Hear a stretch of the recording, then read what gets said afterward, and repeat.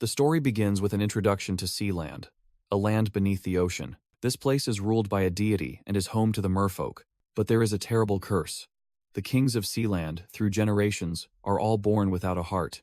The maximum lifespan of a heartless king is only 25 years. Before the age of 25, if they fail to win the heart of their beloved, one of them will perish. A woman sits on the throne, seemingly the protagonist of this tragic tale. Unaware of the truth, the young woman, with a resolute expression, made a firm decision. She declared, "I will offer my heart to a monster." The scene shifts to 1 year prior, a boat cutting through the waves, heading out to sea. An old monk lamented the swift passage of time, then bid farewell to the girl named Solu. Solu let out a sigh, appearing burdened with unspoken thoughts. The young woman gazed out at the sea with distant eyes, preparing for some unknown destiny. The night sea was calm, but it concealed something far from ordinary. Solu's boat glided solitarily across the vast ocean surface. Solu stood at the edge of the plank, the wind whipping around her, preparing for her fateful leap. Covering her face, she whispered a farewell to her mother, then decisively stepped forward. The girl threw herself into the icy water. Splash! As she slowly sank, a colossal shadow with glowing eyes approached her, appearing sorrowful. Solu opened her eyes, astonished to realize she had been saved from sinking to the bottom. "It held me back?" She smiled, extended her hand towards the shadow and praised it. "You are so kind, and so beautiful." The scene shifts to the White Sea Kingdom, White Sea Palace, a place that appeared luxurious but was tinged with gloom. The white-haired man sat there, his face scowling as he ordered his subordinate, Pago. He narrowed his eyes, his voice sharp with irritation. "Do I need to repeat myself?" While examining a magic scroll, he stated coldly, "You know perfectly well that I can never embrace a woman in this lifetime, don't you?" The subordinate Pago broke out in a cold sweat, clearly terrified out of his wits. The white-haired man pondered, shadows covering half his face, looking incredibly dangerous. Pago bowed his head, accepting his fate. "Yes, Lord Tairang." The subordinate scurried away as fast as the wind, leaving Tairang alone with his frustrations. Tairang rubbed his temples, muttering, "Such a nuisance. I'll just go to sleep and be done with it." He stood up, his steps decisive as he left the room. Tairang proceeded towards his bedroom, the door emitting a strange, magical light. He wearily flopped onto his bed, looking utterly fed up with life. Closing his eyes, Tairang let out a deep breath, trying to shake everything off. The flashback begins. The kings of the sea region received blessings from Heimu, possessing powers far beyond ordinary human capabilities. But there was a price. If they failed to win the heart of the woman they loved, they had only two paths: to perish or to transform into a monster. To put it bluntly, death or madness. His father had survived by tearing out a woman's heart, and she had cursed the child in his womb as she died. The curse forbade him from touching women. Otherwise, that skin area would grotesquely deform, and he would suffer seizures, nearly dying several times as a child. Such a cruel curse, so he had given up on living a normal life, expelling all women from the palace and locking the city gates tightly. Suddenly, Tairang sensed a strange presence, the silhouette of a girl hovering behind the curtain. Solu stepped out, her entire body radiating magical aura, leaving Tairang stunned. "This woman." Tairang gasped, the strange aura from the girl making him dizzy. He couldn't believe his eyes, growling, "What in the world is this woman?" In his daze, Tairang smelled a familiar scent, and his hand unconsciously grasped something. The strangely soft sensation made him wonder, what on earth could be this soft? He mumbled in his sleep, calling out for his mother as he tried to snuggle into that warmth a little more. Thump! Tairang jolted awake, realizing something was terribly wrong. He was horrified to realize he was embracing a woman, none other than the strange girl who had just appeared. Tairang froze, his mind unable to process the current situation. "What the hell is this?" He recoiled as if burned. An invisible surge of energy pushed his hand away from the girl. In reality, he had been flung away by an extremely powerful force the moment he tried to touch Solu. Tairang was thrown straight towards his bed, completely out of control. He sat up abruptly, staring at the hovering girl, his mind reeling.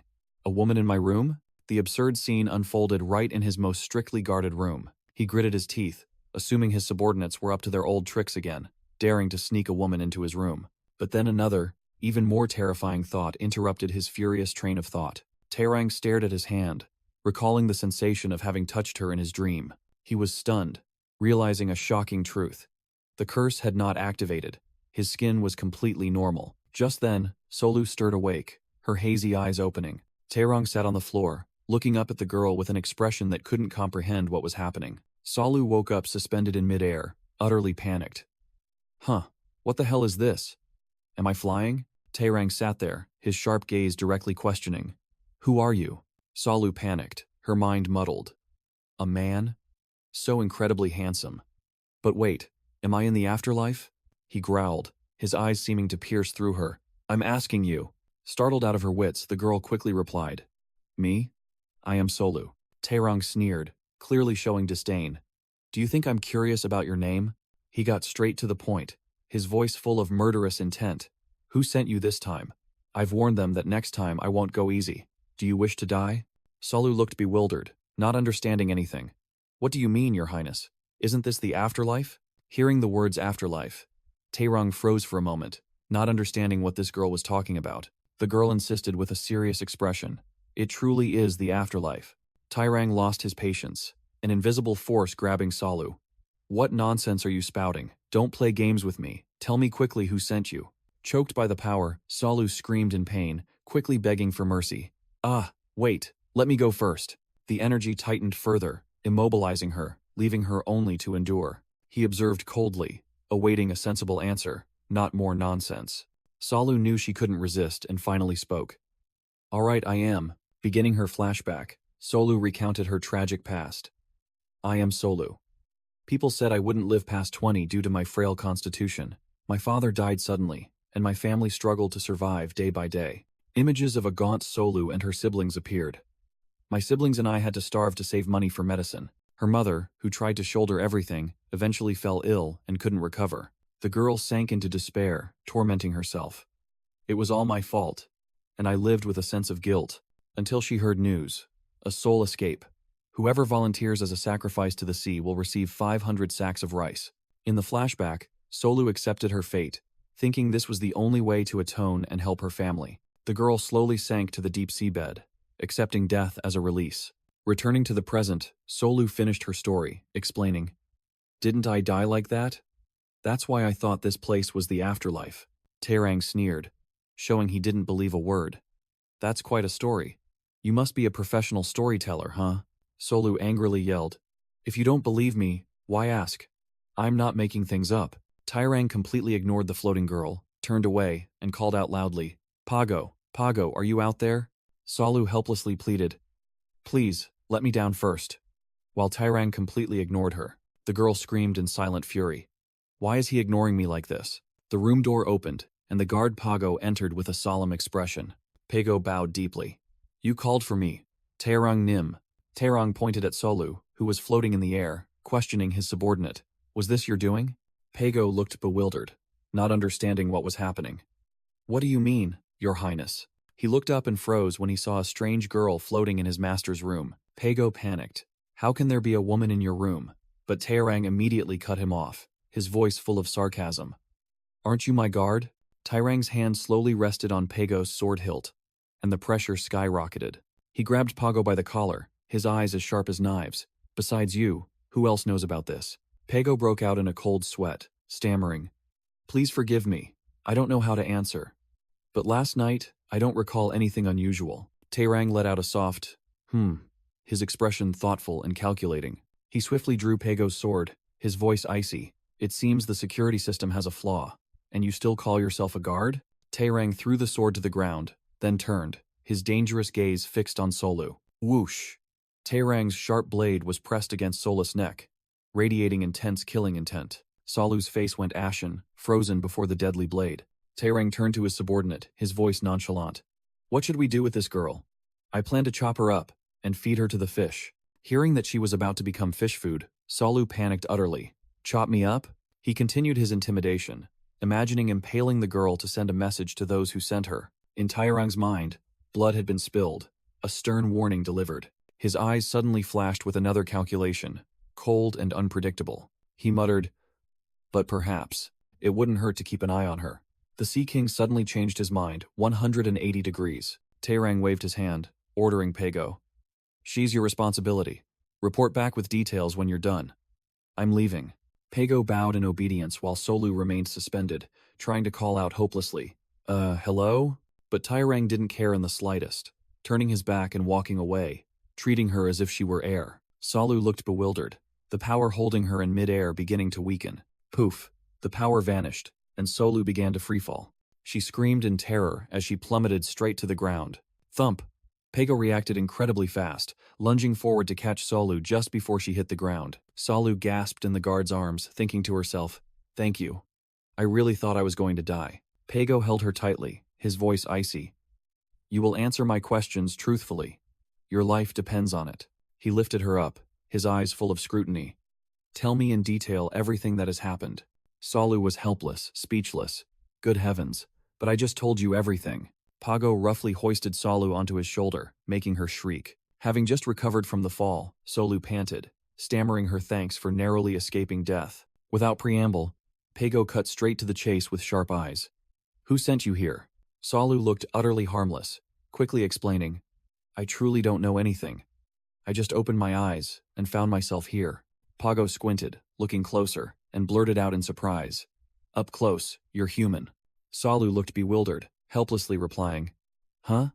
Of course, I'm human." He set her down but still held her firmly, muttering thoughtfully, So now they're bringing humans down to the sea?" Pago silently assessed Sola's disheveled appearance, concluding she wasn't the type sent to seduce Taerang, and briefly considered the possibility that she was telling the truth. But he quickly dismissed it, telling himself he had to question her again, because if she truly had been kidnapped, the situation would be dire. Pago growled, his eyes hardening. "Do you think this is a marketplace, where you can just walk in? Speak up. Who sent you?" Frightened, Solu still stubbornly repeated the same refrain. "I truly don't know. I opened my eyes, and..."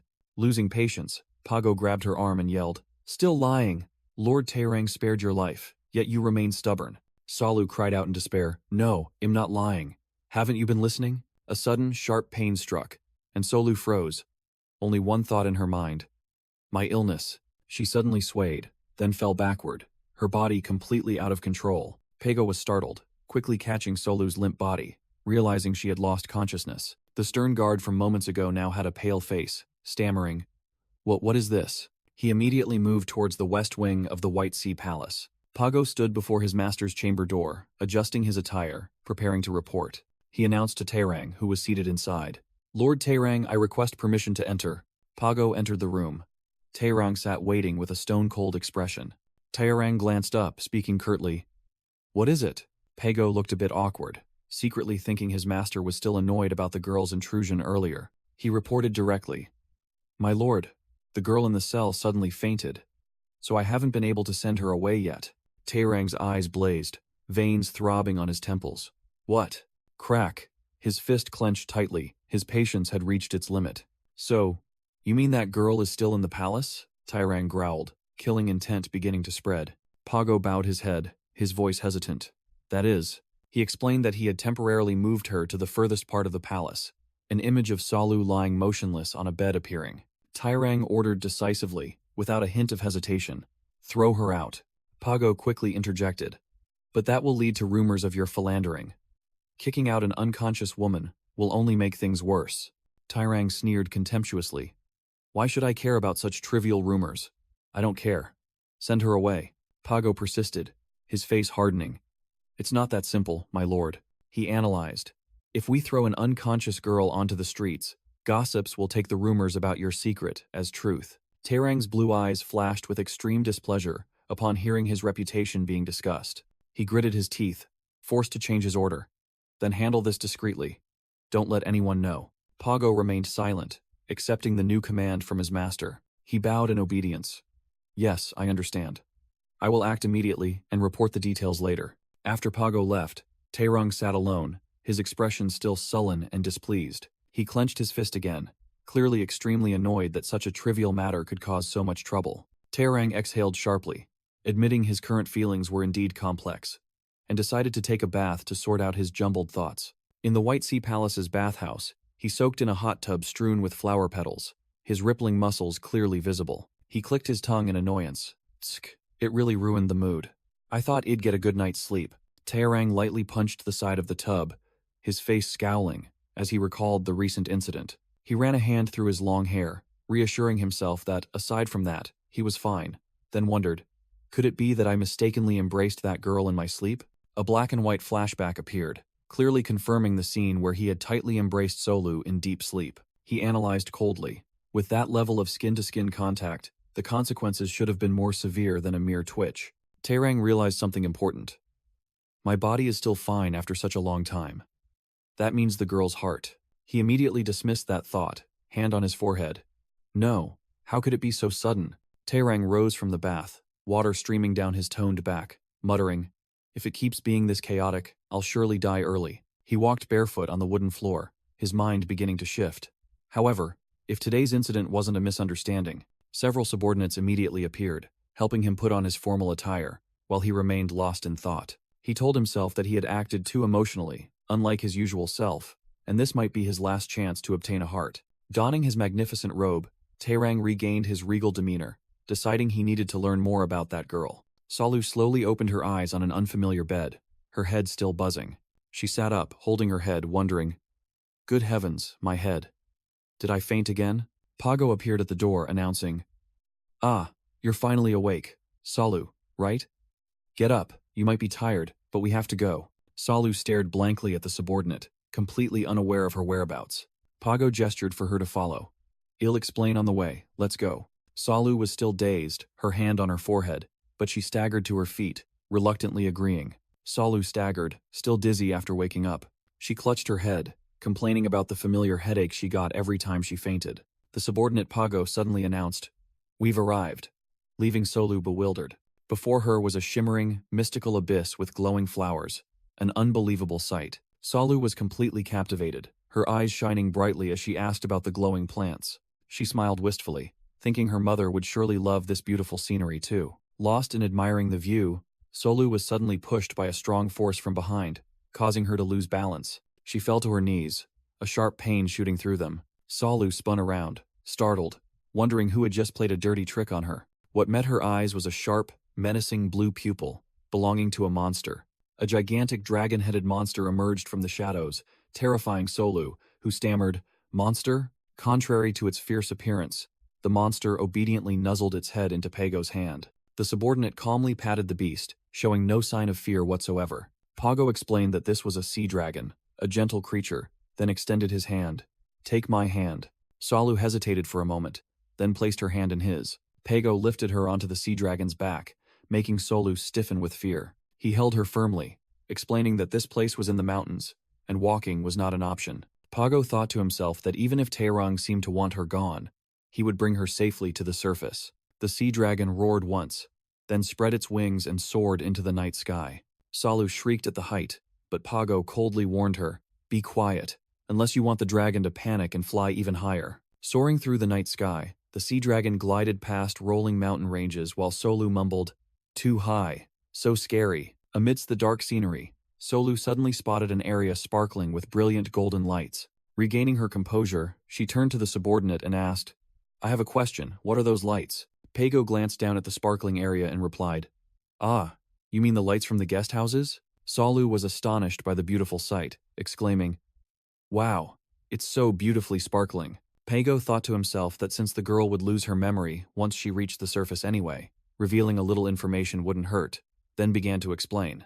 The subordinate displayed a map, explaining that this land was divided into 5 main regions: the White Sea, Blue Sea, Red Sea, Yellow Sea, and Black Sea. Salu curiously asked who managed such enormous and bustling guest houses. Pago explained that the kings of each region would take turns managing them collectively, as these guest houses were a result of the blessings from god Hamu. He added that the reason the kings had to manage them themselves was because the guests were sometimes influential figures from other lands. Furthermore, these guest houses were a lucrative source of income for the people, as they didn't have to pay taxes. Salu mused, comparing it to where she lived, realizing this world was vastly different. Pago coldly retorted, because this is not where humans live.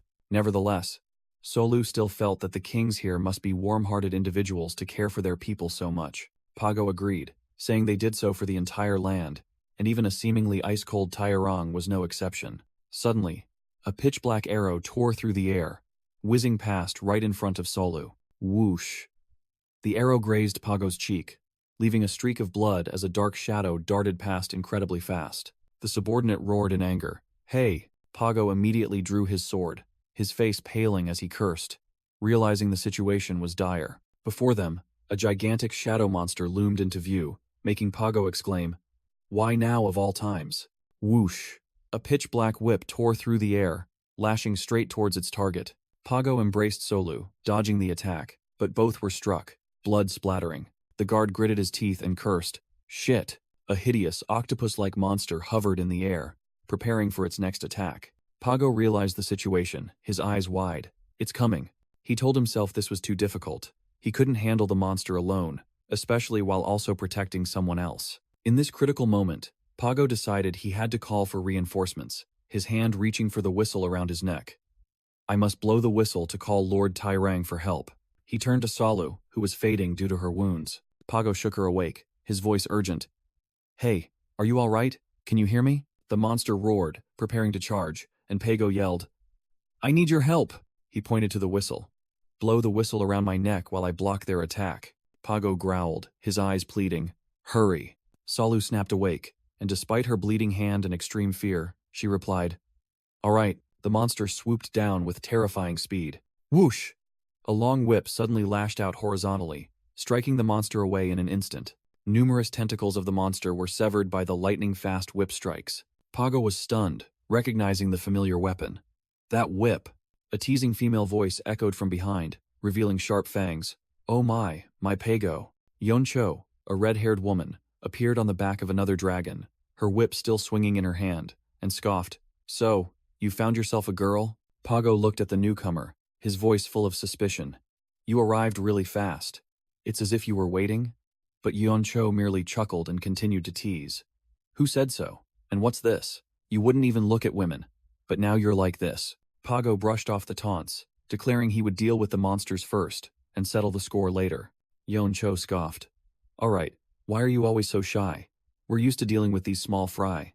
She glanced at the injured Salu. But your girl seems to be hurt.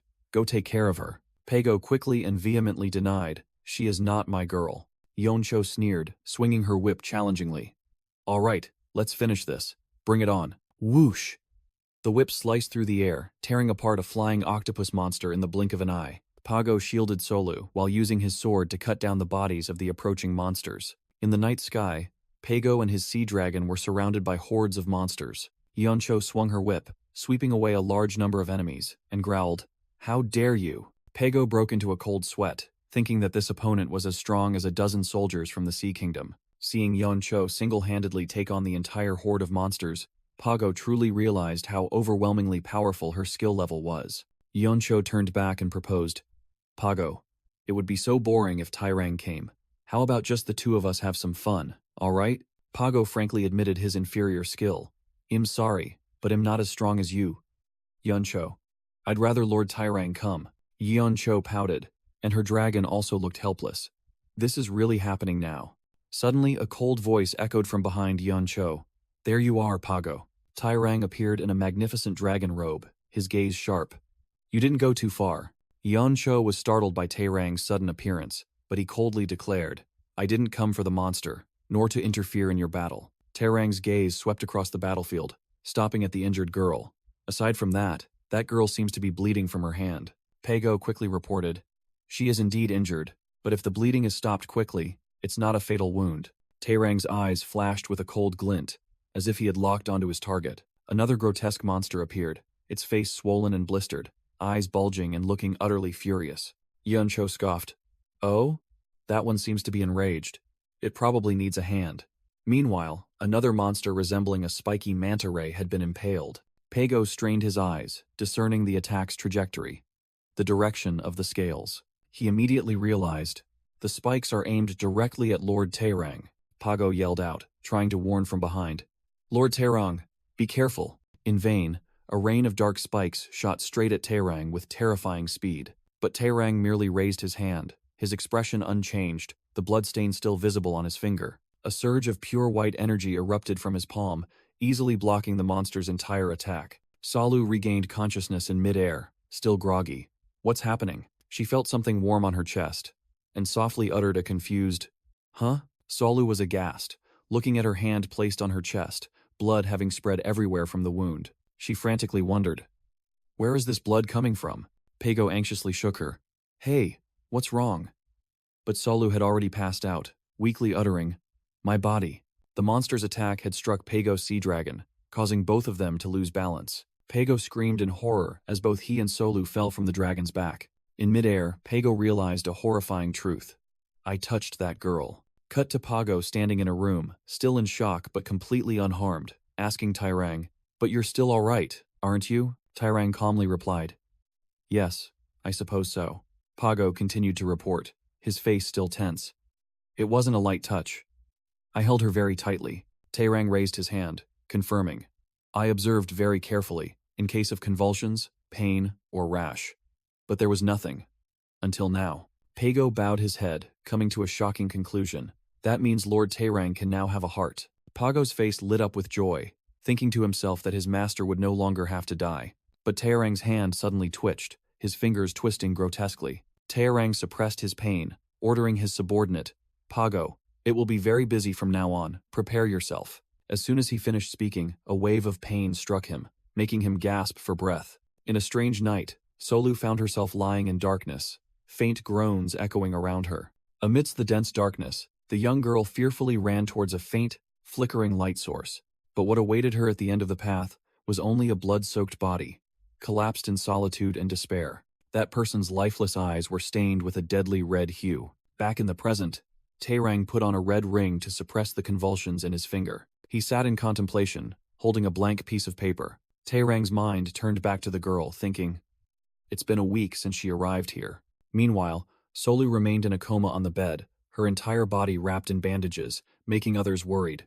The injury wasn't that severe, so why has she been lying there for so long? He began to worry about the worst-case scenario. What if she never wakes up? Just then, Pago pulled back the curtain and entered. The subordinate brought good news. "Lord Tairang, Solu has woken up." Solu timidly hid behind Pago, looking still weak but conscious. Tairang turned, his sharp gaze fixed on the girl who had just escaped the gates of death. Solu hesitantly greeted, her voice still trembling. "Ah, hello. I heard you saved me from the brink of death." Tairang ignored the thanks. "Spare me the platitudes. I'm not interested in hearing them. I have some questions for you," the girl affirmed firmly. "That's right. I have no reason to lie to someone I've never met, and I don't speak such falsehoods." Tairang smirked, pondering. "Well, there's certainly no reason to kidnap a human. Those creatures value their lives more than anything." Solu nervously clutched her clothes, her voice a whisper.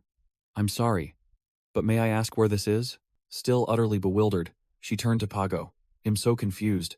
I'm sure I died in the sea." Pago calmly explained. "I already told you, this is the Sea Kingdom, a place at the bottom of the ocean where merfolk live." Solu was dumbfounded. "Merfolk?" The guard affirmed firmly. "Yes, merfolk. And this place is the largest palace in the Sea Kingdom, the White Sea Palace." Solu's eyes widened, sweat beading as her mind started connecting the dots. "So that means he is?" Tairang exuded a regal aura, truly befitting the king of the Sea Kingdom. Unmistakable. Solu clasped her hands in delight, exclaiming like a child, "Ah, so I'm not dead." Pago, standing nearby, was speechless. Tairang sat at the table, his gaze sharp. "If what you say is true, then you have nowhere left to go." He pondered deeply, tapping his finger lightly on his lip, looking like someone who held the power of life and death. Tairang turned to his subordinate, "Pago, is there anything she can do to prove her usefulness?" Solu flinched. Pago suggested, "Considering public opinion, instead of having her idle in the palace, why not have her do chores at the guest house?" Solu's eyes lit up at the mention of work. Tairang nodded. "The guest house is a good idea," he ordered decisively. "Then take her to the guest house tomorrow." Solu suddenly recalled something about guest houses from long ago. Solu stepped forward, bowing her head. "I am truly sorry, but I have one last request." She looked up, gazing directly at the king. "Is there nothing in the palace that you need my help with?" Solu confessed she had never worked before, and wanted to work with familiar people. But Tairang uttered a single, icy word. "No." Solu whined and threw a tantrum like a child. "You're being unreasonable." Tairang and Pago merely watched with awkward expressions. Pago quickly leaned in to Sola's ear to comfort her. "I apologize, but women cannot stay in the palace. I will explain everything at the guest house." "Don't worry." Tairang suddenly spoke up. "You are mistaken, Pago." Both Solu and the guard froze, not understanding what was happening. Tairang declared coldly, "I never said she had to stay at the guest house." Pago was bewildered, sweat pouring down his face. "Then where should Solu stay?" The king ordered, "After she finishes her work at the guest house, secretly bring her back to the palace. avoiding all attention. He affirmed firmly, I mean for her to live in this palace. Taerang's expression darkened. He muttered about having to deal with the biggest variable. He lightly tapped his finger, adorned with a red ring, on the table, looking full of calculations. Pago, still not processing, asked again, So where will Solu stay? Taerang replied curtly, Isn't the room she's currently in enough? Pago immediately obeyed, bowing his head. Yes, my lord. Since it's late, I will escort her back to her room. Taerang stood up abruptly, blocking the way. Wait, why is an escort needed on this familiar path? Pago tried to explain. But the palace is very large, she might get lost. The king growled, asserting his authority. I have given her lodging and work. You are my subordinate, not hers, correct? Solu suddenly interrupted, her voice full of conviction. Please call me Solu. Taerang paused, his eyes showing clear astonishment. What? Solu looked him straight in the eye, repeating clearly. I said, My name is Solu. Taerang narrowed his eyes, a flicker of annoyance appearing in his gaze. Solu broke out in a cold sweat, thinking to herself, Is he angry now? Then she spoke directly. I believe your hobby is interrupting others. The girl continued to reason, retorting, Would you like it if I called you Taerang instead of Lord Taerang? Solu declared boldly, I have a name given to me by my father, and I hope you will respect that. Taerang flatly refused. No, making Solu furious. Good heavens, he's handsome, but his personality is incredibly unpleasant. Taerang narrowed his eyes, questioning, But how do you know my name? Solu paused slightly, explaining that she had overheard it from Pago. Solu confidently boasted about her intelligence, making Pago secretly think this girl was a bit strange, while both she and Taerang secretly cursed each other as annoying. Nevertheless, Solu reminded herself that Taerang had saved her and given her a place to stay, so she ought to be grateful. Solu suddenly bowed deeply, thanking Taerang for saving her life and promising to find her way back to her room herself. With that, she turned and walked straight away, beginning her hopeless quest to find her way. Taerang watched her go, secretly commenting on the girl's maximum level of getting lost. Seeing that the girl truly had no sense of direction, Taerang smirked and ordered Pago, just lead her away. Pago obeyed, immediately following Solu, leaving Taerang alone. Solu turned back, grinning widely as if she had struck gold, and profusely thanked Taerang. Seeing Solu grinning widely, Taerang uttered a blunt remark. Stop smiling like an idiot and leave. The sound of Solus and Pago's footsteps faded down the vast corridor. Taerang watched them go, thinking to himself, This girl, though talkative, was also bold. At least he wouldn't be lonely anymore. He muttered about the fact that he was now the general manager of the guest houses. The scene shifted to the guest house headquarters under a star-filled night sky. A red-haired woman named Gahui poked her head out the door, calling out loudly for Lord Sealdam. Inside, a blonde-haired man was reading a book when he heard someone announce that Gwemjak Nim was looking for him. He turned with a friendly smile, thanked Gahui, and introduced himself as Sealdam, the king of the Blue Sea Land, and the general manager of the guest house. But immediately after, Sealdam's smile vanished, his face darkening with murderous intent as he called Gahui's name. Gahui swallowed, sensing something ominous, and stammered, asking if there was a problem. Sealdam narrowed his eyes, his voice full of sarcasm. You traveled all this way just to tell me such a trivial matter? He suddenly changed his tone, pulling Gahui into his embrace rudely. News, huh?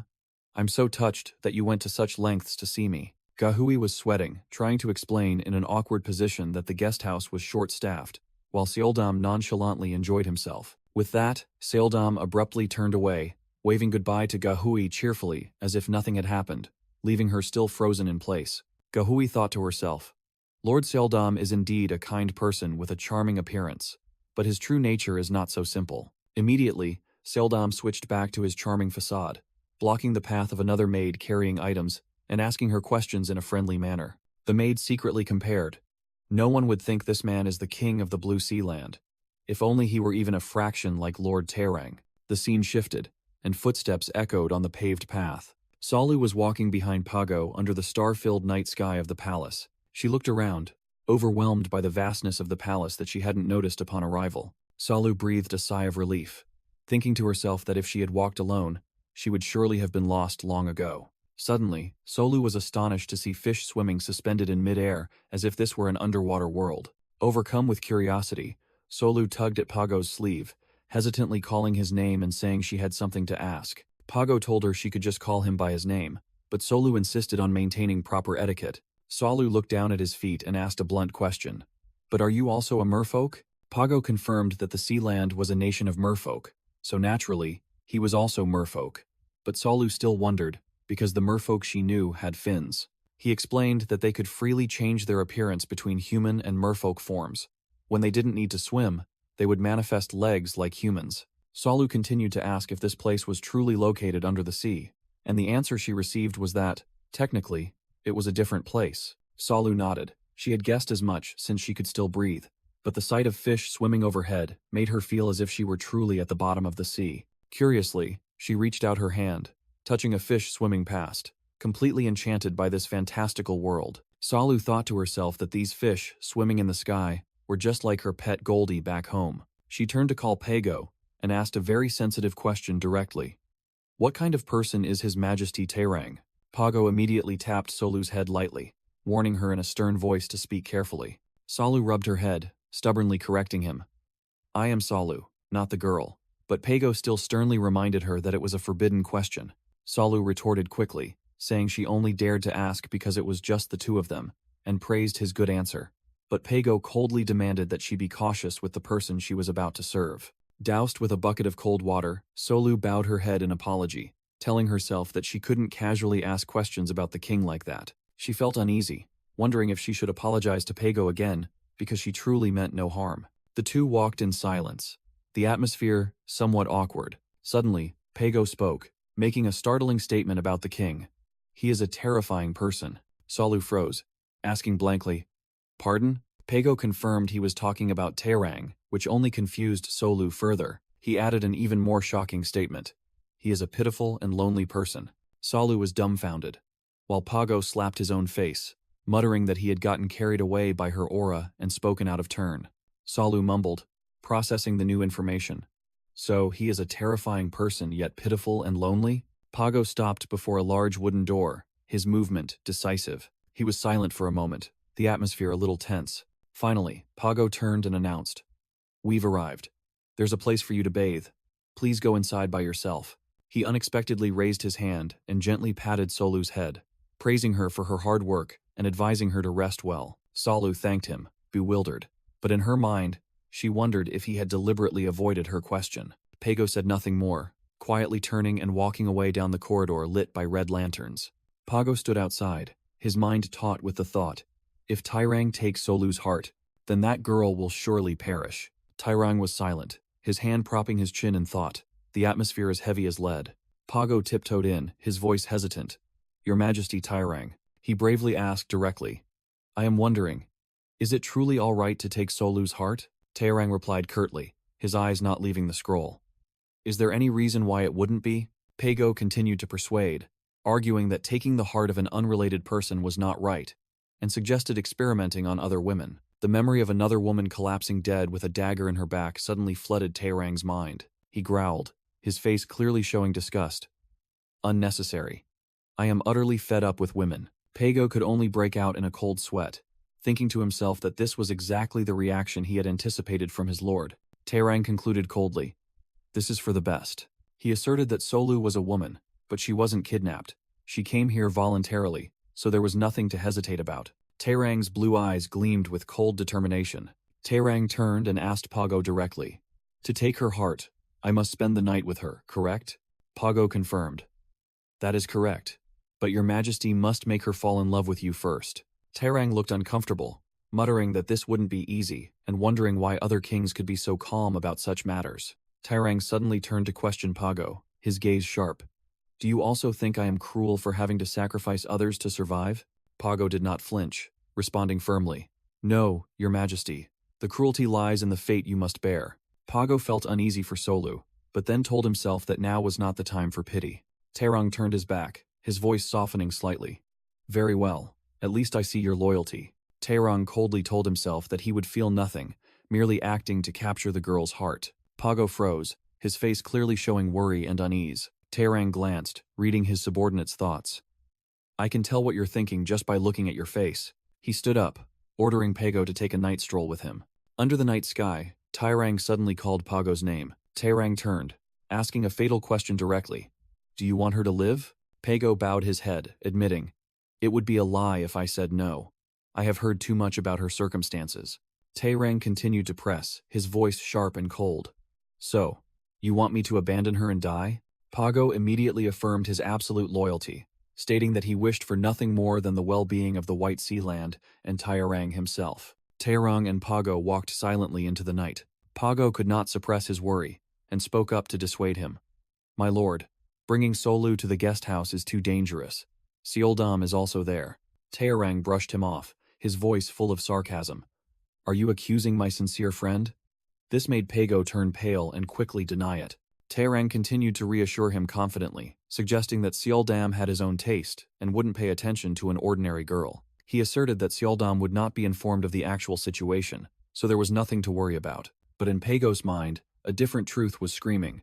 The problem is, Seoldam's taste has no limits. The next morning, the scene shifted to a peaceful guest house. Solu had just woken up. She seemed to have had a good night's sleep. She happily turned to greet Pago. Good morning, Pago Nim. Pago returned the greeting, asking if she had slept well. Sola's eyes crinkled in a smile as she innocently boasted that the blankets were incredibly soft and wonderful, a stark contrast to Pago's anxious expression. Hesitation echoed in Pago's mind. He wondered if taking Sola's heart was truly all right.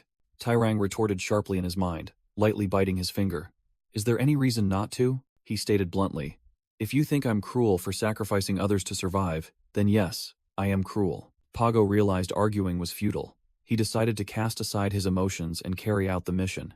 Solu innocently noticed Pago's gloomy expression and worriedly asked about it, causing the guard to quickly deflect. Pago announced that she would be going to the guest house today and asked her to follow him immediately. Upon hearing guest house, Sola's eyes lit up, completely unaware that she was about to be thrown into a tiger's den. She gleefully trotted after Pago down the hallway, looking no different from a child going out to play. They stopped before an ethereal scene with a sky dyed brilliant pink. The uneven path made the frail Solu almost stumble, causing Pago to turn his head back. Pago informed her that they were only halfway there, and the next section would be much tougher. Solu broke into a sweat, realizing that having to trek this path every day was truly torture for her physical condition. The poor girl dragged her heavy feet step by step along the gravel path. Solu worriedly asked what if she fainted halfway, to which Pago curtly replied, hopefully not. She then asked a silly question about whether there were tigers, and Pago extinguished it with basic logic. What the hell would tigers be doing under the sea? After walking a bit, Solu sat down to rest, suddenly noticing something strange. Pago explained that the sky here was very special. Even though it wasn't dusk yet, it already had the red hues of a sunset. Solu looked up, astonished to learn that the sky in this world could also change colors. She dazedly absorbed the new information about this underwater world. Ah, so that's how it is. Solu anxiously asked Pago about her specific duties at the guest house. She admitted to being both weak and inexperienced, making her quite apprehensive about the upcoming task. Pago reassured her that the main work would be postponed. For now, she only needed to get acquainted. And the manager here was Seoldam, king of the Blue Sea Land. The subordinate described Seoldam as a reasonable person. If she just explained her difficult circumstances, he would immediately sympathize. But then Pago's expression turned serious, warning her that there was one extremely important thing she must remember. Solu dazedly asked what it was. Pago declared bluntly, Seoldam Nim is extremely fond of women, and explained that it was simply his nature. Solu froze. While Pago asserted that Seoldam was a good person, but couldn't resist women, and might start paying attention to her, he warned that if that happened, Taerang would be in a difficult position, accompanied by an illustration of Seoldam actively flirting with Solu. Solu innocently wondered why Taerang would be awkward, thinking that the palace was full of beauties, and she was nothing special to be noticed. Pago replied that who knew, with Solu's innocent and pure appearance, perhaps the other man might find her cute. Finally, they arrived. Pago pushed open the heavy door of the guest house complex. He turned back, informing Solu that they had arrived, praising her for walking the entire distance so well. Solu was overwhelmed by the vastness of the guest house complex, her eyes shining brightly. Pago told Solu to wait outside the door because he had something to discuss with Seoldam first. Solu obediently waited alone in front of the closed wooden door. She suddenly noticed that the door wasn't tightly closed, but had a small gap. Her curiosity piqued. Solu decided to risk a peek to see what Seoldam looked like. She stealthily pressed herself against the door crack, trying to peek inside. A voice whispered right behind Solu's neck, asking what she was doing. Solu shrieked in surprise, turning around to see a strange blonde man smirking. The blonde-haired man with sharp eyes and a teasing smirk looked both handsome and dangerous. He bent down to peer through the crack in the door, innocently asking what was inside that she was staring at so intently. Caught red-handed, Solu quickly waved her hands in denial, her face flushing as if she'd been caught doing something wrong. She evasively covered up, saying she was waiting for Sir Soldam, but the man nonchalantly replied that Soldam was not currently inside. He added a firm statement that she would have to wait a long time. Solu innocently asked if he knew how long she'd have to wait, and he curtly replied that he didn't know, as he wasn't the diligent type. Solu muttered to herself, speechless at the manager who was both lazy and fond of women, wondering how this guest house was run. The blonde man overheard, spun around with a bewildered expression, and repeated the question. Sir Seldam can't resist women? Solu realized she had spoken out of turn, her face turning pale, her mouth stammering incoherently, while the man simply watched in silence. Sola's inner self screamed. She had just blurted out her boss faults to someone who seemed close to him. She frantically apologized, wringing her hands together, begging the other person to forget what she had just said.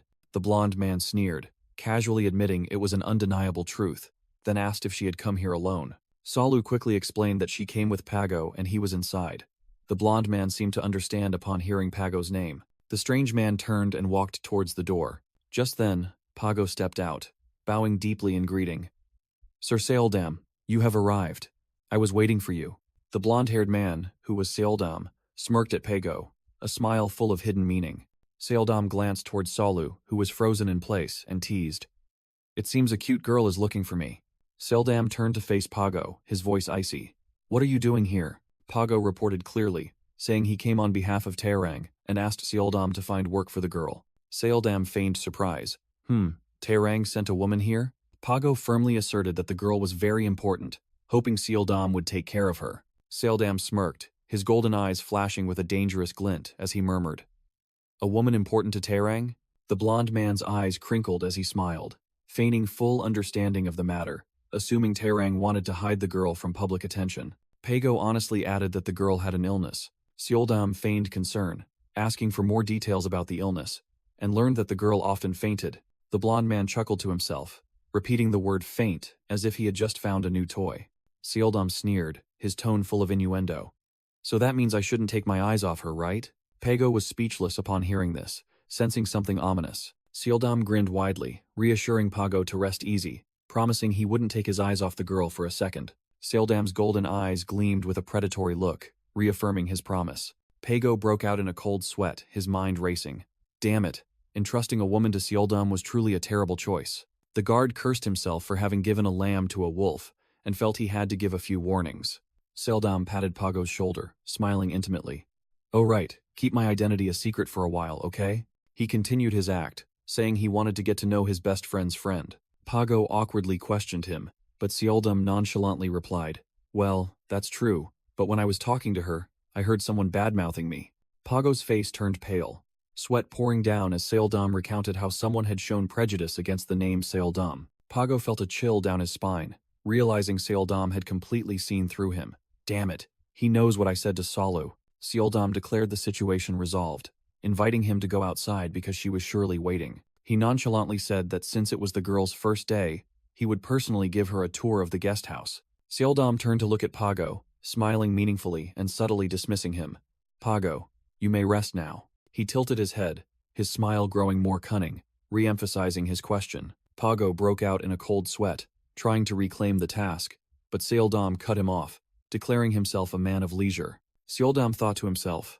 Pago's large but timid demeanor only made him want to tease him more. Pago froze, his face changing color as the other person saw through his thoughts. The blonde man smirked, realizing that merely mentioning the girl was enough to make the loyal guard lose his composure. Seldam briefly thought of Terang, wondering if the king could finally touch women. The door opened, Pago led Solu forward, and announced that she would be touring with this person. Solu was dumbfounded, not understanding what was happening. Seldam looked directly into her eyes, smiling dangerously. An interesting name.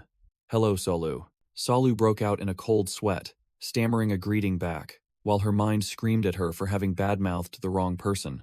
Pago tried to salvage the situation, reminding Seldam to have someone escort Solu back after the tour, and received the reply. Certainly. Seldam winked provocatively, firmly promising to send a man of leisure to accompany her. Pago glared at him, silently cursing the old fox, while Solu still looked on bewildered. The guard admitted Seoldam was lively, but it was precisely this straightforwardness that made him unable to help but be suspicious. Pago watched Seoldam lead Solu away, his heart filled with unease.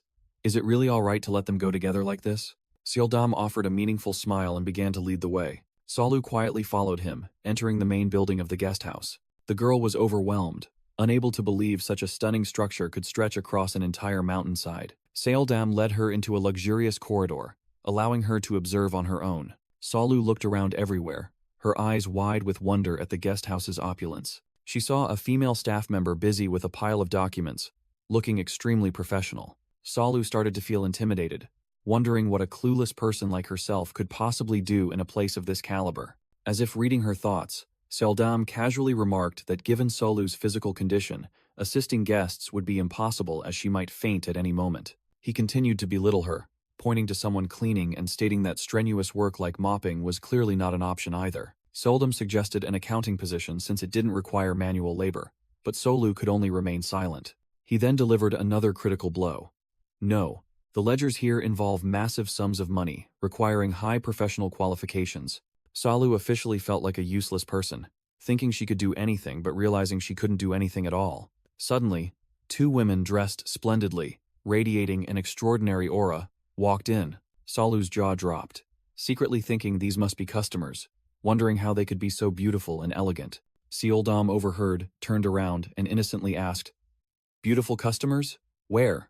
The moment he finished speaking, he was speechless upon realizing who they were, screaming internally, "Ah, my concubines?" He completely lost his composure, wondering why his harem had come here at this hour, fearing that if they met, his identity would be revealed to Solu.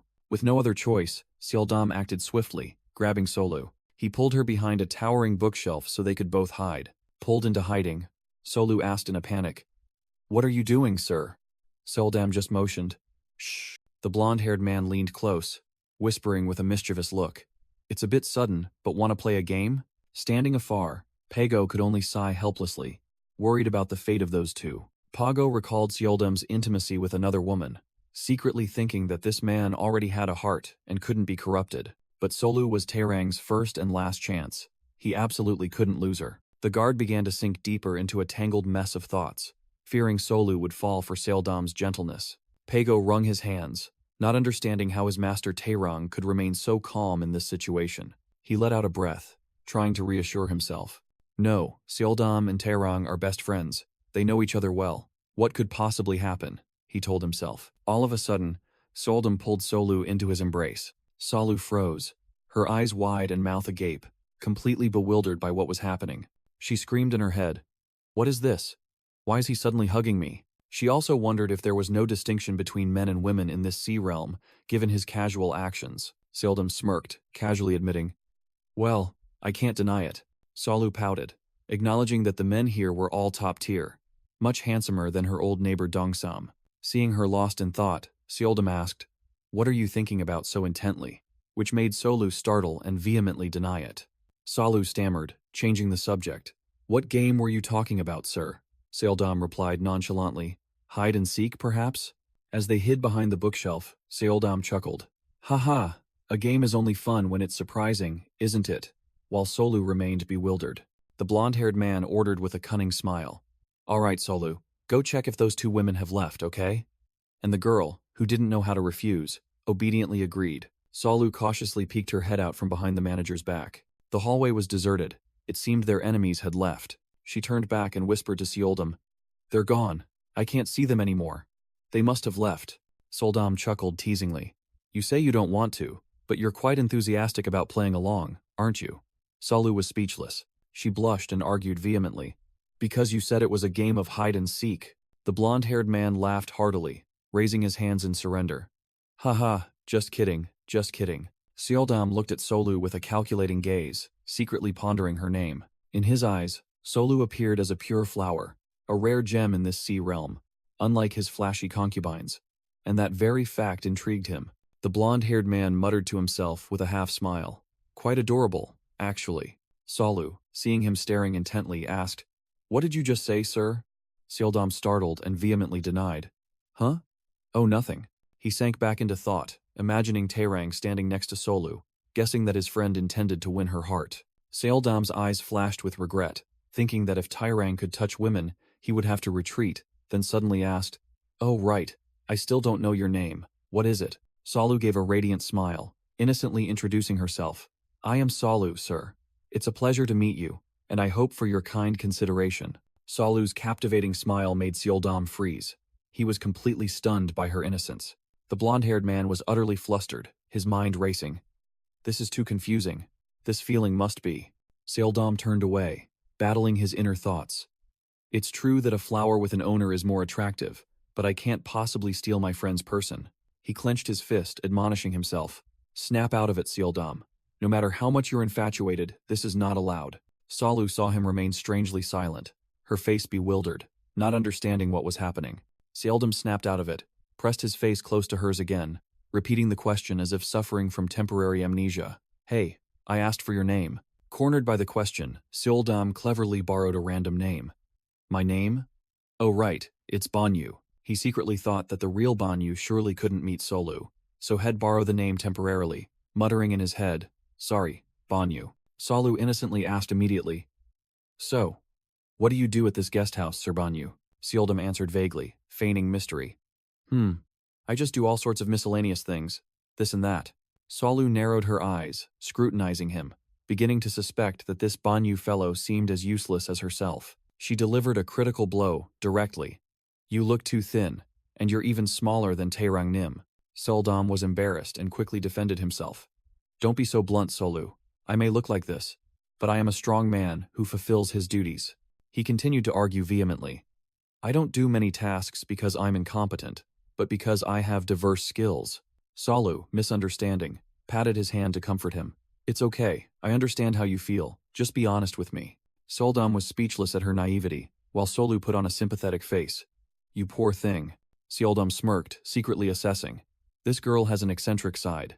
It seems she'll be a tough challenge for Taerang. He regained his composure, smiling as he said, "All right, no more joking. Shall we head back?" He led Solu on a tour of the guest house, passing by the library filled with books. They passed by the laundry area, where a gray-haired maid struggled to carry a stack of blankets and curtains. Time passed, and half a day later, the lanterns in the guest house were lit. Seoldam led Solu to the kitchen area, informing her that it was a busy place where everyone was quite sensitive, but reassured her not to worry, as there was nothing for her to do.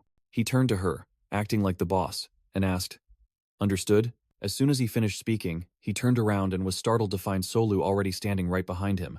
She stammered an apology for being slow. She honestly confessed, "My health isn't very good, so I get tired quickly." Seoldam saw Solu out of breath and gallantly suggested she sit and rest, but she still insisted, "It's okay. I'm still fine." He firmly pulled her to the tea table, despite Solu insisting she was fine. Solu seriously declared, "I didn't come here to play. I also need to learn the ropes." Finally, Solu had to sit down. Seoldam grinned, saying it was impolite to refuse kindness, which made her only able to force a smile. As soon as she sat down, Solu secretly lamented, "My mouth says I'm fine, but my legs are completely worn out. I'm used to being at home, so walking around now is torture." Seoldam continued his assault with kindness. "Let me make you some tea. Make yourself comfortable, Solu," she asked back in surprise. "Tea?" Solu quickly waved her hand to refuse, but her hungry stomach betrayed her with a loud, resounding growl. The atmosphere suddenly became awkwardly silent after the growl of her hungry stomach. Seoldam broke the silence with a sly smile. "Ah, I see. Should I bring some sweets too?" Solu snapped in embarrassment. "What's with that look?" He suddenly realized, "Come to think of it, you haven't had a proper meal yet." Solu mumbled an apology for the incident. Seoldam, acting like a grand host, took all the blame. "I'm the one who should apologize for letting my guest go hungry. Wait here a moment." Meanwhile, at the White Sea Palace, Taerang was sitting in deep thought at his desk. He flipped through a book, his face full of contemplation. Pago's image appeared in his mind, and he dismissed his subordinate's worries. Pago, worrying needlessly again. Taerang reassured himself, believing that Seoldam would know when to stop, no matter what. He stood up, looking out at the sunset scene outside. Taerang's patience began to wear thin. "Is there no meeting today? Why is it so late?" Meanwhile, Seoldam and Solu were happily enjoying sweets while waiting, completely unaware that someone was growing impatient. The star-filled night sky heralded a peaceful yet mysterious evening. Under the cover of night, Solu followed the blonde-haired Seoldam, who was leading the way through the garden. Solu smiled gratefully. Thank you so much today, Banyu Nim. Thanks to you, I got to tour the guest house. The blonde man winked, feigning modesty. Don't be so formal. I haven't even treated you to a proper meal yet. Solu quickly denied it, recalling the sweet cakes. Not at all. The rice cakes and tea you gave me were delicious. It was the first time I'd ever eaten anything so good. Seoldam chuckled softly. Ah, Hagum rice cakes? Even if Hagum flour is sweet, they're still just snacks. Seeing Solu enjoy her food, he offered a brocade pouch. You've packed plenty here. Just take them and eat when you're hungry. Solu's face showed her emotion, thinking to herself that he was too thoughtful. You are truly meticulous, and you care for me so much. She decided not to just stand there and enjoy it, immediately asking to carry the pouch of cakes. Since they're for me, let me carry them. I'm very strong. Seoldam gallantly refused with a laugh. Haha, it's quite all right. How could a gentleman let a young lady do heavy work? Please, just watch your step. Solu paused, the two words young lady echoing in her mind, because until now, she had only ever been known as a poor Solu. She irritably compared him to Taerang, who always called her this thing and that girl. How unfair. The brocade pouch of cakes swayed gently in Seoldam's hand as they continued walking. Solu smiled contentedly, telling herself that she had worked hard today, and eating a little would surely make her feel better. Solu told him, I'll save the cakes you packed for tomorrow, while Seoldam glanced at her with an unreadable expression. Suddenly, she stopped short when she saw a faint silhouette standing tall ahead on the path. She squinted, trying to get a clear look at the stranger. Who was that? The figure stood completely shrouded in darkness, their face unidentifiable. The full moon shone brightly in the night sky, further enhancing the mysterious atmosphere of the scene. Solu was bewildered, completely unable to understand what was happening before her eyes. The mysterious dark figure revealed himself under the moonlight. It was none other than Taerang, the king of the sea realm. Solu was stunned, her mind unable to process it quickly enough. Damn, why is he here? Seoldam, the king of the Azure Sealand, offered a fake, polite smile. Oh Taerang Nim, you've gone to such trouble to come here. Taerang narrowed his eyes at the blonde man, asking a sarcastic question directly. Did you eat something poisonous? Seoldam quickly gestured, whispering to Taerang, Shh, something's going on, just play along. The blonde man continued the act.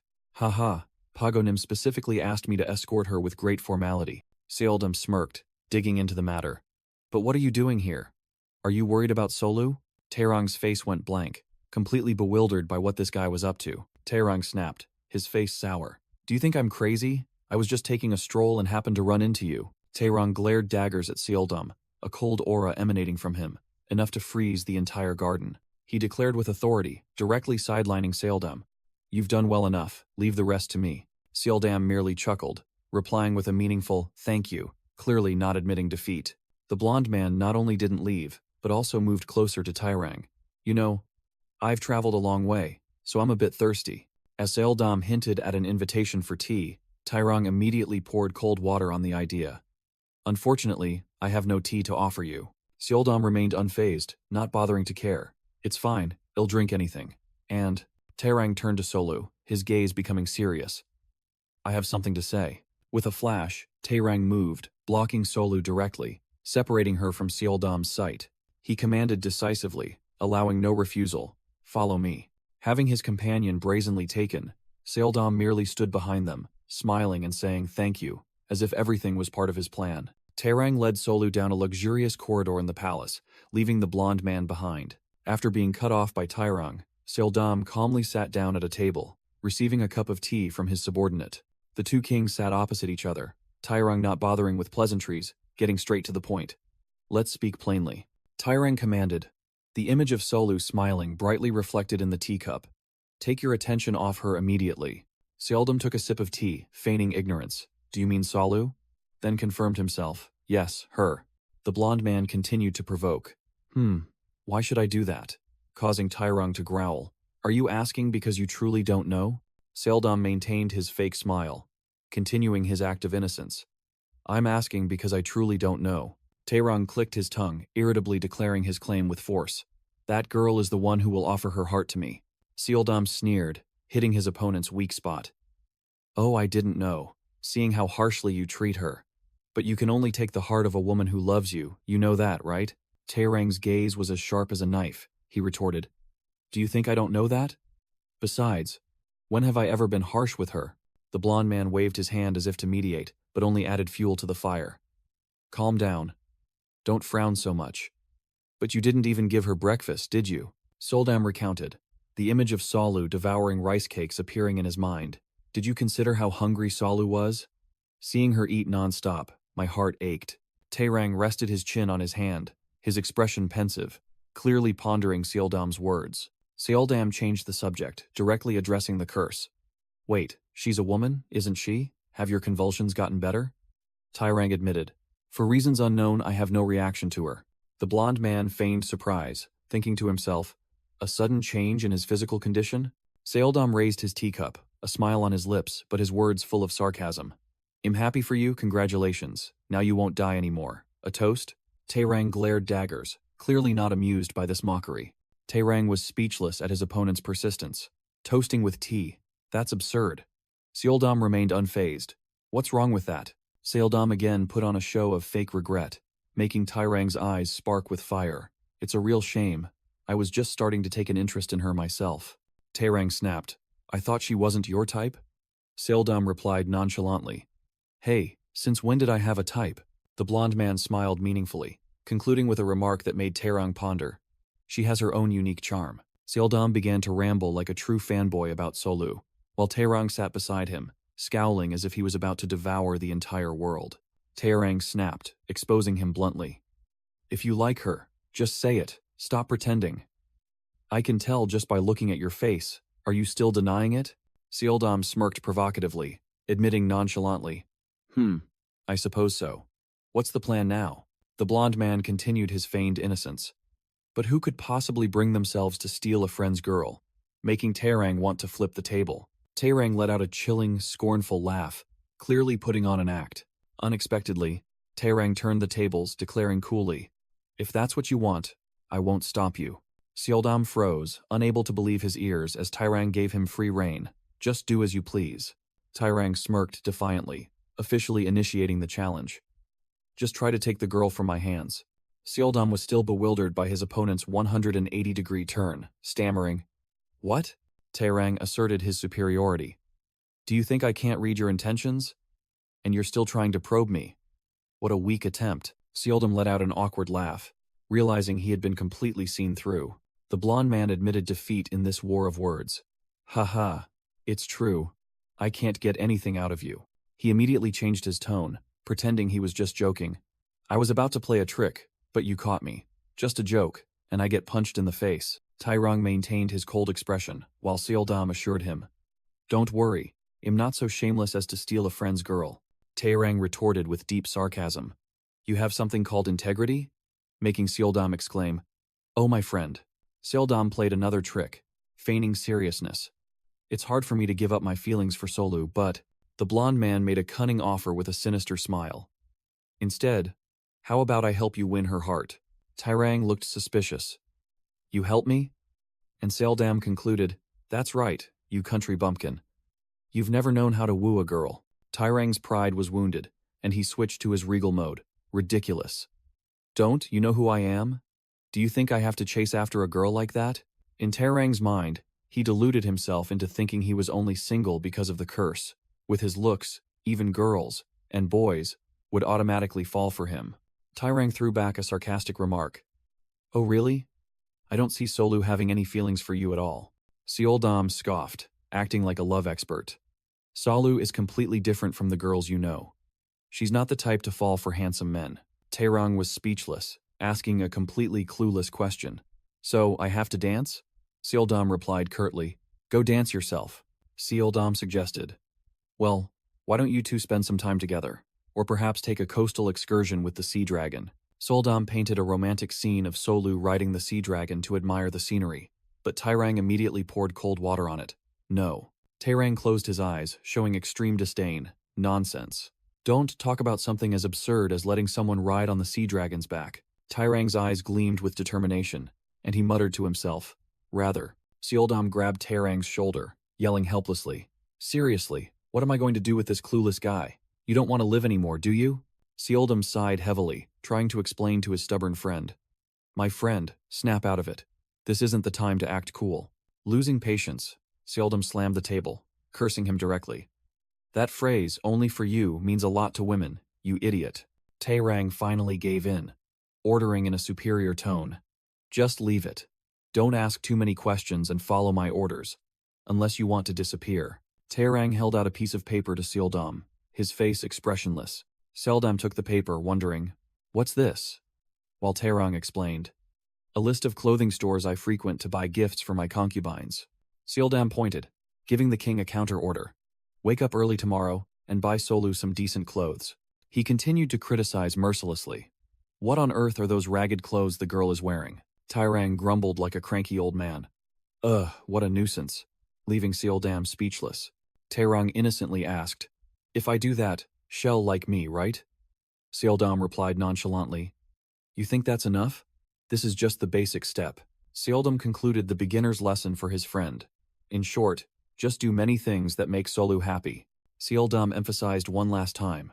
"Remember, Solu's feelings are more important than yours," and Taerang snapped, "I know. Now get out of here and clear the air." The next morning at the White Sea Palace, Solu was happily opening a beautifully wrapped gift box. Solu's eyes crinkled in a smile as she picked up the candy, happily saying she would enjoy it, still thinking the giver was Banyu. Suddenly, a strange goldfish-shaped creature zipped past her face, startling Solu and making her shriek. Seeing that the goldfish also seemed to be craving it, Solu told it to wait a moment so she could share a piece, as the candy was a bit too big for it. A male voice called out from outside the door, asking after her. Solu was startled and quickly cried out, "Wait, wait!" As the door opened, a lavish feast was already laid out, making Solu gape in astonishment, her eyes wide and mouth agape. The guard Pago announced that from today, her meals would be handled by them, by order of Lord Taerang. Pago continued, saying that today she would go to the guest house with Taerang, which made Solu ask in surprise. The servants carried in several bright red gift boxes. Pago explained that these were clothes from Taerang and told her to choose one outfit and then come out. Solu froze, stammering in disbelief. "Wear them and then come out?" Pago merely nodded in slightly awkward confirmation, then turned away. He secretly peeked through the crack in the door, carefully advising her that she didn't need to force herself to eat everything if it was too much. Completely contrary to his worries, Solu was eating ravenously, as if she hadn't eaten for a year. Seeing that, Pago breathed a sigh of relief, telling himself, "Turns out I was worrying for nothing." He suddenly realized that since she arrived, they had neglected her meals, and he secretly thought she must have been very hungry. The undeniable proof.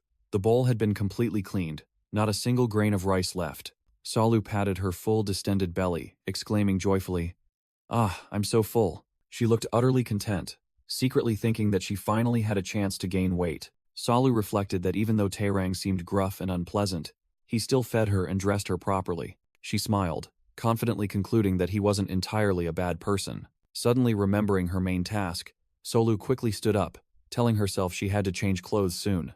Solu rummaged through the pile of gifts, muttering, "Let's see, it's all clothes." She froze, her expression changing as she realized something was wrong. Solu exploded, tossing the dresses into the air. "Why are all these dresses so short?" She suddenly remembered that it seemed all the women in this sea region wore such short outfits. Helpless, Solu picked up the last outfit, letting out a long sigh. Outside, Pago stood guard with a serious expression. The guard startled and turned around when he heard footsteps. Taerang suddenly appeared, making Pago dumbfounded. "Why are you here, Your Highness?" Taerang looked impatient, while Pago tried to explain that the girl was choosing clothes and would be out soon. Creak! The room door began to open. Pago announced, "Ah, she's coming out." Both men focused their gaze on the door. Solu stepped out in a yellow stylized hanbok, fully showcasing her long, slender legs. She shyly greeted him, her voice hesitant. "Taerang Nim, are you well?" Taerang froze, his heart inexplicably pounding in his chest. He continued to stare, trying to identify this strange feeling. His breathing grew heavy, his chest feeling constricted as he faced Solu. Sweat broke out, and Taerang panicked. "Am I about to have another attack?" He clutched his chest, wondering why the curse was recurring, while Pago anxiously called his name. Completely unaware, Solu timidly asked, "I don't know if I should say this, but are there any other outfits?" As she spoke, she clutched the hem of the short skirt, complaining that the outfit was too revealing. Solu continued to complain about the uncomfortable high-heeled shoes, while Taerang screamed internally, "Damn it!" Pago quickly tried to smooth things over, forcing a smile, and saying that the attire from the two regions was different, and perhaps his master was too busy to notice. Pago awkwardly promised to return Solu's old clothes later, but Tairang coldly exposed him. "Why are you lying so blatantly?" Tairang snapped, ordering his talkative subordinate to shut up immediately, making both Pago and Solu freeze. Regaining his cool demeanor, Tairang ordered Solu to follow him quickly, as they were already late. Solu obediently complied, hurrying to follow behind him. Left behind, Pago could only sigh, worrying about his master's ineptitude in matters of the heart. Tairang's cheeks flushed slightly as Solu ran behind him. He quickly told himself, "It must just be my imagination." A dried fish, from who knows where, fell to the ground right behind Solu's heel. Both had reached the outer courtyard. Tairang led the way, while Solu quietly followed. Solu curiously asked where they were going today. Tairang casually replied that they would take a stroll to see the sea country, then go have a drink with Chiang. Solu looked bewildered, not understanding what Chiang was. Tairang called Chiang's name, and a gigantic azure sea dragon appeared, gently nuzzling its head against his hand. Solu's jaw dropped, completely shocked to see that the legendary sea monster was Tairang's pet. Horrifying memories of being attacked by a sea dragon at sea flooded back, making Solu's face turn pale. Tairang lightly placed his foot in the stirrup, preparing to ride the sea dragon with an air of absolute dominance. He was already settled on the dragon's back, turning to look at Solu, who was still standing rooted to the spot. Tairang urged the bewildered girl, "What are you still staring at? Hurry up and get on." Solu hesitated, but a flicker of curiosity and excitement shone in her eyes. Solu screamed helplessly in her thoughts. "This dragon is too tall for me," she struggled, clinging to the sea dragon's tail, trying to climb up while Tairang looked back with a puzzled expression. Pago broke into a sweat, muttering, "I knew something like this would happen." Tairang irritably wondered what the hell was going on, while Solu was still fumbling behind him. Pago quickly called Tairang over to offer advice. "Your Highness, could you come here for a moment?" The guard whispered. "Your Highness, Miss Solu is too small. You should lend her a hand." Tairang's face was expressionless, thinking of Yeoncho riding a dragon with ease, while Pago tried to explain that the two were on different levels. Pago continued his lecture. "Anyway, women are easily impressed by these small gestures. Your Highness, you should pay attention." Tairang glared sideways. "And you're experienced, are you?" But Pago confidently assured him. Pago puffed out his chest, boasting that he had read books and was well versed in women's psychology, leaving Tairang speechless. After listening to his subordinate's misguided advice, Tairang turned back to Solu. He called her closer, his outstretched hand startling Solu, who didn't understand what was happening. Without a word, Tairang scooped Solu up and neatly placed her onto the sea dragon's back. Solu was still bewildered even after being settled behind Tairang. Her face flushed crimson, her heart pounding from his sudden action. Tairang coldly declared, "Let's go," while Solu was still frantically looking for something to hold on to. Whoosh! The sea dragon roared once, then shot straight into the sky like a rocket. They both sped off at terrifying speed, Solu screaming, "Wait, I'm going to die." Solu squeezed her eyes shut, clinging tightly to Tairang, frantically thinking why it was so much faster this time. Amidst the clouds, Tairang calmly asked, "Why are you closing your eyes? Open them and look ahead." Frightened by the terrifying speed, Solu hiccuped while Tairang merely glanced down. Solu's face turned pale, and her voice trembling. She asked Tairang to fly a little slower because she was too scared. Tairang looked puzzled, and curtly asked back, "Why?" while internally screaming about the annoyance. Solu shrieked, explaining that at this speed, even if her father told her to, she wouldn't dare open her eyes to look at the path. Hearing that, Tairang immediately reduced speed. The sea dragon glided gently past the majestic snow-capped mountains, and he asked, "Is this speed acceptable?" Opening her eyes, Solu was completely overwhelmed by the sight before her, exclaiming in astonishment, "This is truly amazing. It's the first time in my life I've seen such a view." Tairang cleared his throat, putting on an air of superiority. "Humph, I'm showing this to you especially." While Solu was still wide-eyed and open-mouthed in wonder, Solu curiously asked Tairang about the glowing trees she had seen at night. Tairang explained that they were bioluminescent plants, a specialty of this sea world, so it wasn't dark at night.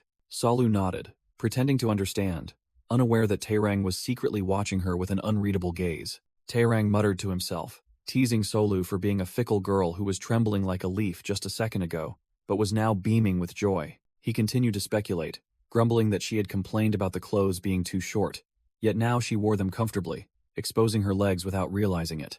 Suddenly, Tairang felt his heart pounding erratically, He clutched his chest, his face flushed with confusion, wondering, what is happening to me now? He recalled that this feeling had definitely occurred before when he looked at her. A strange surge of heat was what he had felt that time. Taerang was utterly panicked, questioning if there was something wrong with his body, then quickly dismissed it. No, it can't be. Solu suddenly turned back and said, Taerang Nim, I know that although you appear gruff, you are actually a good person. Taerang was dumbfounded. She continued to analyze, reasoning that his providing her with good food and beautiful clothes proved he wasn't a bad person, then flashed a radiant smile. The sudden attack of her smile made Taerang freeze, sweat pouring down, utterly speechless. Damn! He clenched his fists, trying to calm his heart that was pounding like a war drum. Wounded by her smile, Taerang suddenly ordered the sea dragon to bolt away at an insane speed. Solu was thrown backward, her face turning pale from the sudden acceleration, screaming and asking what the hell was wrong with Taerang. Taerang was straining with all his might, sweat pouring down, his inner self screaming, At this rate, I'll faint. I have to find a way. Solu shrieked Taerang's name as he showed no signs of slowing down. Terrified out of her wits, she quickly hugged Taerang tightly from behind and pleaded with him to fly slower. This sudden close contact made Taerang even more panicked.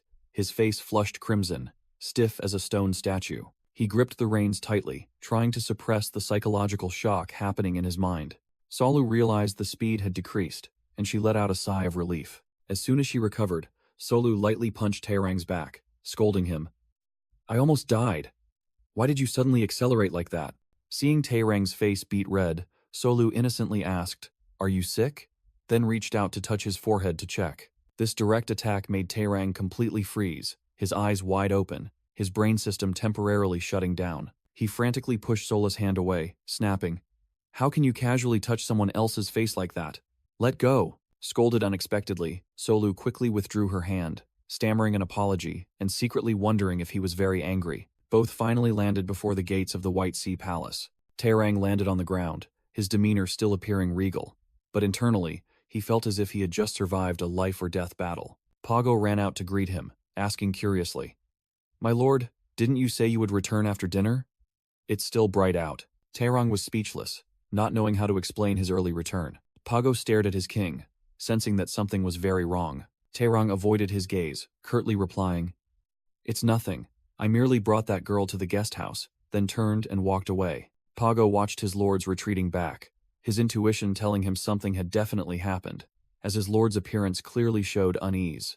As soon as he entered the palace, Taerang had to lean against the wall, his heart pounding as if it would explode. He muttered in panic, Damn it, this is the first time in my life I've felt like this. The mighty Sea King now looked pathetic, wondering if the curse of corruption was beginning to manifest. Taerang gave a helpless, wry smile, accepting his fate. I guess I'm really going to die. Meanwhile, at the main building of the White Sea Palace guest house, the atmosphere was still peaceful. Seoldam, a blonde young man, was instructing his subordinate Gahui. Just do as I've told you. Take good care of the guest who isn't feeling well. Suddenly, Seoldam's gaze froze. He had just realized something. He squinted into the distance. A small figure was staggering and running towards them. Seoldam immediately recognized Solu, while the poor girl was still running for her life. As soon as she arrived, Solu couldn't take it anymore. She collapsed and vomited a colorful rainbow. Seoldam rushed over in a panic, his voice full of concern. Are you all right? Solu lifted her pale face, recognized the person in front of her, and weakly called out, Ah, Banyunim, I'm fine, she explained tiredly. It's just motion sickness, which left Seoldam dumbfounded. Seoldam kindly offered, Would you like some water? But Solu just shook her head, refusing. Solu bowed her head to the ground, muttering regretfully, If I had known, I wouldn't have eaten until my stomach was so full. While Seoldam inquired, What happened? I thought you were sightseeing with Taerang Nim. Solu lifted her innocent eyes and began to recount the story. Recalling the morning scene, she recounted how excited she had been to go sightseeing and ride a dragon into the sky. But then, she continued, his health suddenly deteriorated, accompanied by an image of Taerang grimacing, sweat pouring down him as if he had just bathed. Solu looked into the distance, concluding innocently, and just like that, he dropped me off here and went back alone. After hearing this, Seoldam could only force a smile. But internally, he was screaming, Taerang, that idiot has messed everything up again.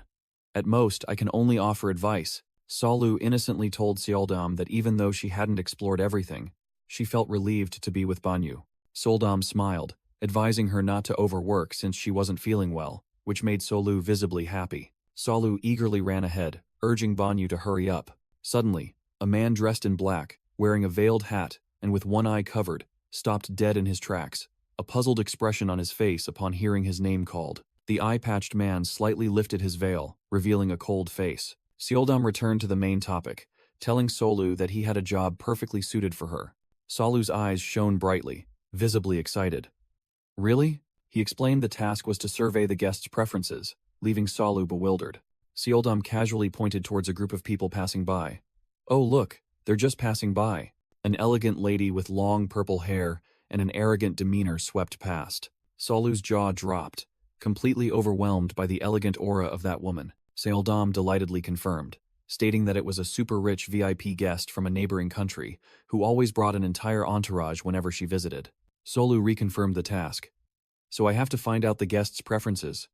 And Seoldam affirmed it firmly. He explained that this guest house was a unique attraction, but recently there were rumors that other countries were also preparing to open similar establishments to compete. Solu immediately worried about losing guests, but Seoldam reassured her that her role was very important. Seoldam smirked slyly, confessing that he actually already knew all the guests' preferences, so she didn't need to actually do it. He pointed to a room upstairs, saying that would be her workplace, a prime location to observe and get acquainted with the guests. Solu once again eagerly ran off, completely believing Seoldam's words. Inside the room, a lantern hung quietly, casting a soft light. Standing on the balcony, Solu marveled at being able to oversee the entire guest house from above. Solu praised the room for being clean and spacious, asking Seoldam who had stayed there before. Seoldam casually replied that this was Taerang's office, making Solu jump in surprise. Seeing Solu stammer Taerang's name, Seoldam chuckled to himself, then reassured her that only he worked there, so it was fine. Solu regained her composure, asking about things to pay attention to while working. Seoldam advised her not to speak rudely to guests and to be careful because strangers were very dangerous, emphasizing that the core task was still observation. Solu eagerly waved goodbye, having understood, while Seoldam said goodbye to return to his work. Click. The door closed. Seoldam had left. On the balcony, Solu mentally braced herself, determined to complete this important task and not miss anyone. 30 minutes later, Solu was still standing there, in silence. Solu was visibly frustrated, grumbling that she hadn't seen a single guest, and just sitting around made her sleepy. Suddenly, a man dressed in black, wearing a veiled hat and an eye patch, appeared. Solu, startled, wondered who this man was, because Banyu, Seoldam's alias, had said no one would come here. The innocent girl suddenly had an idea, convinced this was Seoldam. Solu immediately turned and greeted him cheerfully, calling him Seoldam directly, and introducing herself as the new employee. The strange man only responded with silence and a puzzled look. Solu still didn't notice anything unusual, continuing to chatter while the man stood still as a statue. Seeing the other party not react, Solu began to feel confused. The mysterious man didn't say a word, turned and walked away. Just then, the real Seoldam appeared right behind her, his face blank, not understanding what was happening. Solu frantically invited the fake Seoldam to drink tea, while the real Seoldam stood there speechless. Seoldam froze, his brain starting to process the situation. He was utterly shocked to realize that the mysterious man was Banyu. From Seoldam's perspective, Solu was still busily inviting Banyu, completely oblivious. Solu turned back, bewildered, and asked Seoldam, "Oh, Sir Banyu?" Banyu could only freeze, completely clueless. Seoldam broke out in a cold sweat, his face pale, thinking to himself, "This is a disaster." Solu turned to Banyu, innocently introducing, "You're here? This is Sir Seoldam." Seoldam frantically grabbed Banyu's hand, trying to drag him away. "Let's go outside for a moment." Seoldam hastily pulled Banyu away, while Solu innocently waved goodbye to Sir Seoldam. The door slammed shut, leaving Solu alone in the room. She began to feel confused, wondering to herself, "Did I do something wrong?" Outside, Seoldam dragged Banyu with all his might. Seoldam snapped, his voice trembling, "Banyu, why did you appear so suddenly?" But Banyu only replied coldly, "Sorry, I don't have time." Banyu ignored him, stating directly, "I don't know what's going on, but you have to leave right now. Next time you come, give me an hour's notice." Banyu shook Seoldam's hand off, clearly showing he didn't want to be involved. Banyu turned back to question him, his eyes sharp. "You have a lot to explain. Why did that girl call you Banyu?" Seoldam stammered, trying to wriggle out of it. "Well, Maybe she mistook me for you because we look alike? Banyu narrowed his eyes, his voice full of sarcasm. Alike in what way? Seoldam, ridiculously confident, boasted about both of them being incredibly handsome. Banyu could only let out a sigh, speechless with his friend. Banyu grabbed Seoldam by the collar, warning him directly. Don't try to worm your way out of this. Explain yourself clearly later. If you pull any shady tricks, I won't let you off. Seoldam broke out in a sweat, stammering as he tried to deny it. What kind of person do you take me for, Banyu? Banyu roughly pushed Seoldam away, then turned his back and walked off without another word. Solu suddenly appeared, cheerfully greeting Seoldam, mistaking him for Banyu. Ah, Lord Banyu, you've arrived? Was that Lord Seoldam just now? Seoldam froze, sweat pouring down, knowing he was in deep trouble and about to confess the truth. Solu continued, her face thoughtful. It's strange, though. Someone said to be as kind as Lord Seoldam seems rather cold. Hearing this, Seoldam immediately changed his mind, thinking to himself, they say he's lazy and a womanizer, but I don't see it. Perhaps he's not as bad as the rumors claim. Seoldam forced a laugh, quickly covering up. Ah, my apologies, Lord Banyu, I interrupted you. Haha, no, that wasn't Lord Seoldam, he's just a friend of his. Solu believed him completely. Ah, I must have been mistaken. She then quickly changed the subject to work. Solu suddenly realized in a panic. Oh no! Lord Banyu, I haven't seen a single guest all this time. Could they all have been robbed? Seoldam looked pensive, while Solu's face turned pale with extreme worry. Seoldam cleared his throat to reassure her. Don't worry, this building is the main area. Only VIP guests come here, so it's natural for there to be few people. Solu sighed in relief, and Seoldam continued to encourage her to do her best with her work. As night fell, the guesthouse area lit up with a shimmering glow. Solu stretched refreshingly. Oh, it's already dark. Time really flies when you're working. Seoldam inquired about Sola's work, and she happily replied that identifying and redrawing guests' faces was very interesting. The two walked together through the guesthouse corridor under the night lights. Solu smiled brightly, thanking Seoldam for seeing her off and saying she could return to the palace on her own. Seoldam worried. What if you faint on the way? I'll take you back. But Solu insisted she would be fine, as there were no tigers here. Seoldam was dumbfounded by Solu's carefree remark, then suddenly stopped when he noticed her heel was bleeding. Solu, your heel is bleeding. Carried neatly in Seoldam's arms, Solu casually explained that her feet were blistered because of her new shoes. Seoldam ordered that he would take her back, accepting no arguments, but Solu naively thought it was just a minor scratch. Seoldam snapped at Solu for her stubbornness, then decisively set her down on the ground. Without another word, Seoldam knelt down and tore a piece of fabric from his own cloak to bandage Solu's wound. Done. Seoldam stood up, smiled, and told Solu to go home safely, making her blush and stammer her thanks to Lord Banyu. Solu hastily explained that she didn't want to bother a kind person like him any further, and would go back to rest on her own. Solu turned her back and walked alone through the deserted guesthouse grounds under the moonlight. As she walked, she suddenly felt a dark shadow dart quickly overhead, and she looked up in confusion, asking, Huh?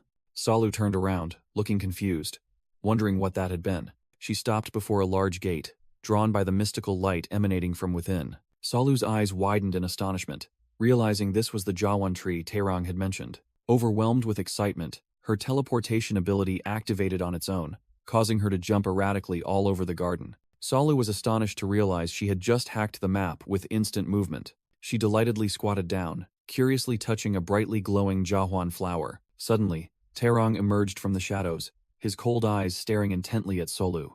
Taerang questioned why she was lingering there at this hour, his tone full of caution. Once your work is done, you should return immediately. It's very dangerous at night. Solu innocently replied that she was admiring the Jawan tree, then turned to ask about Taerang's health. Solu's concerned question made Taerang freeze, unsure how to respond.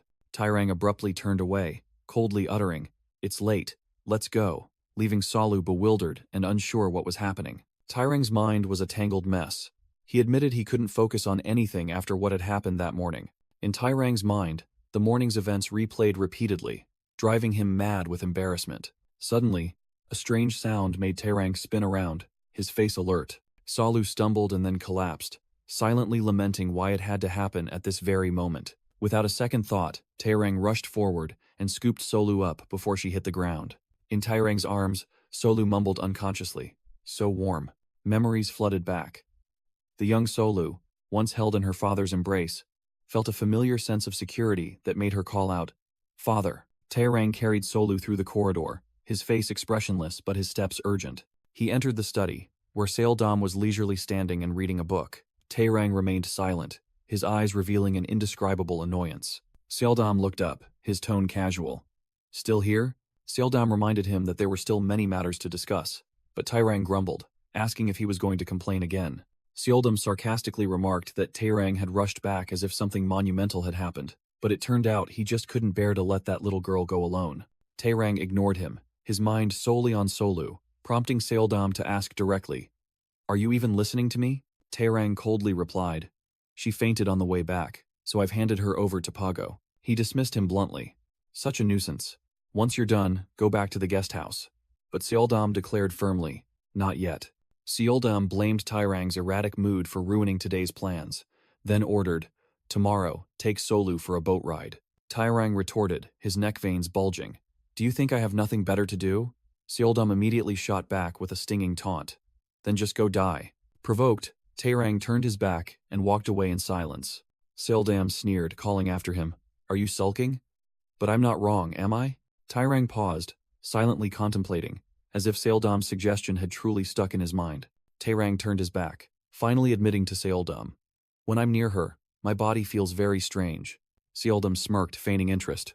"Oh?" Taerang explained that his dismissal of Solu wasn't due to a fickle mood. He recalled the moment he accidentally saw Solu's leg, admitting his chest felt like it would explode. Taerang's face clearly showed confusion and discomfort. He confessed he could barely breathe. In Taerang's imagination, an innocent Solu sat beside a dark, terrifying version of himself, an overwhelmingly oppressive sensation. He wondered if this was part of the curse, while Seldom merely listened in silence. Seldom stated bluntly, "From what I see, it's more like you're falling for Solu." Struck by the truth, Taerang spun around, snapping, "What do you mean by that?" Seldom remained unfazed, but his eyes sharpened as he reminded, "You haven't forgotten the consequences when a woman loses her heart, have you?" In a flashback, Seldom was intimate with a teal-haired woman, speaking of the tragic path he had chosen, and creating beautiful memories. Seldom continued his life lesson, advising Taerang to be honest with Solu, and focus on his own feelings. Taerang remained silent, but a nearly imperceptible smile subtly curved his lips. He turned back, dismissing it. "Stop spouting nonsense. Do you think I have feelings for her? No one understands my heart better than I do." Taerang turned and walked away, muttering that he was truly a fool for asking Seldom. Seldom merely watched him go, arms crossed, teasing, "Honestly, you're terrible at being honest with yourself." The scene shifted to the next day at the main guest house. Solu sat alone, diligently drawing stick figures that looked rather naive but were full of passion. Seldom, in the guise of Lord Banyu, entered, and Solu happily stood to greet him. Solu proudly showed off her creations, while Seldom looked at the pile of drawings and praised her for working so hard, even though it was only midday. Solu innocently informed Lord Banyu that Lord Taerang wanted him to return to the palace right after lunch. Seldom smirked, delighted that his plan had succeeded, revealing that Taerang had suddenly suggested a yacht trip. He turned to tell Solu to wait there for a moment, leaving her bewildered and unsure what was happening. Seldom raised a finger, grinning widely, as he told her to just wait a second. Immediately after, a figure in splendid attire entered the room. A blonde woman and a pink-haired girl appeared, carrying luxurious boxes, declaring, "If you're going out, you must dress up beautifully. Let's have some fun." Solu froze, her eyes wide with astonishment at the beauty of the two women who had just entered. The blonde woman smiled, gently pinching Solu's cheek and praising her as adorable like a child. Seldom watched from behind, nodding with satisfaction as everything unfolded perfectly according to his plan. In Seldom's mind, an image of Taerang soaking in a bath appeared, and he told himself, "What you need right now is a little honesty." Seldom looked forward with a calculating gaze, determined to uncover Taerang's true feelings. Meanwhile, the two beauty experts surrounded Solu, marveling at her hair. Seldom stood with his arms crossed, observing, refusing to reveal the plan's details, and merely asking them to do a good job. He muttered to himself, thinking that someone who couldn't understand his own emotions couldn't possibly grasp the feelings of others. Seldom smirked cunningly, thinking that Taerang needed a shock to break out of his shell. The pink-haired girl suddenly turned to question Seldom with a scowl. "Just as I suspected, something's fishy. This girl is also the next concubine, isn't she?" Seldom flinched, hastily waving his hands to deny it, stammering that talking about it would cause unnecessary misunderstandings. The pink-haired girl didn't bother listening, directly kicking Seoldam out of the room and growling, "Sigh, I won't say anything, so get out of my sight." Kicked out mercilessly, Seoldam sat slumped outside the door, wondering if a king's dignity like his deserved such treatment. Inside, the beauty experts continued their work, marveling at Solu's baby-soft skin and discussing light makeup to enhance her natural beauty. Kicked out, Seldam still didn't give up, stealthily tiptoeing outside the door, his voice hesitant. "Maybe I'll just peek a little? It should be fine, right?"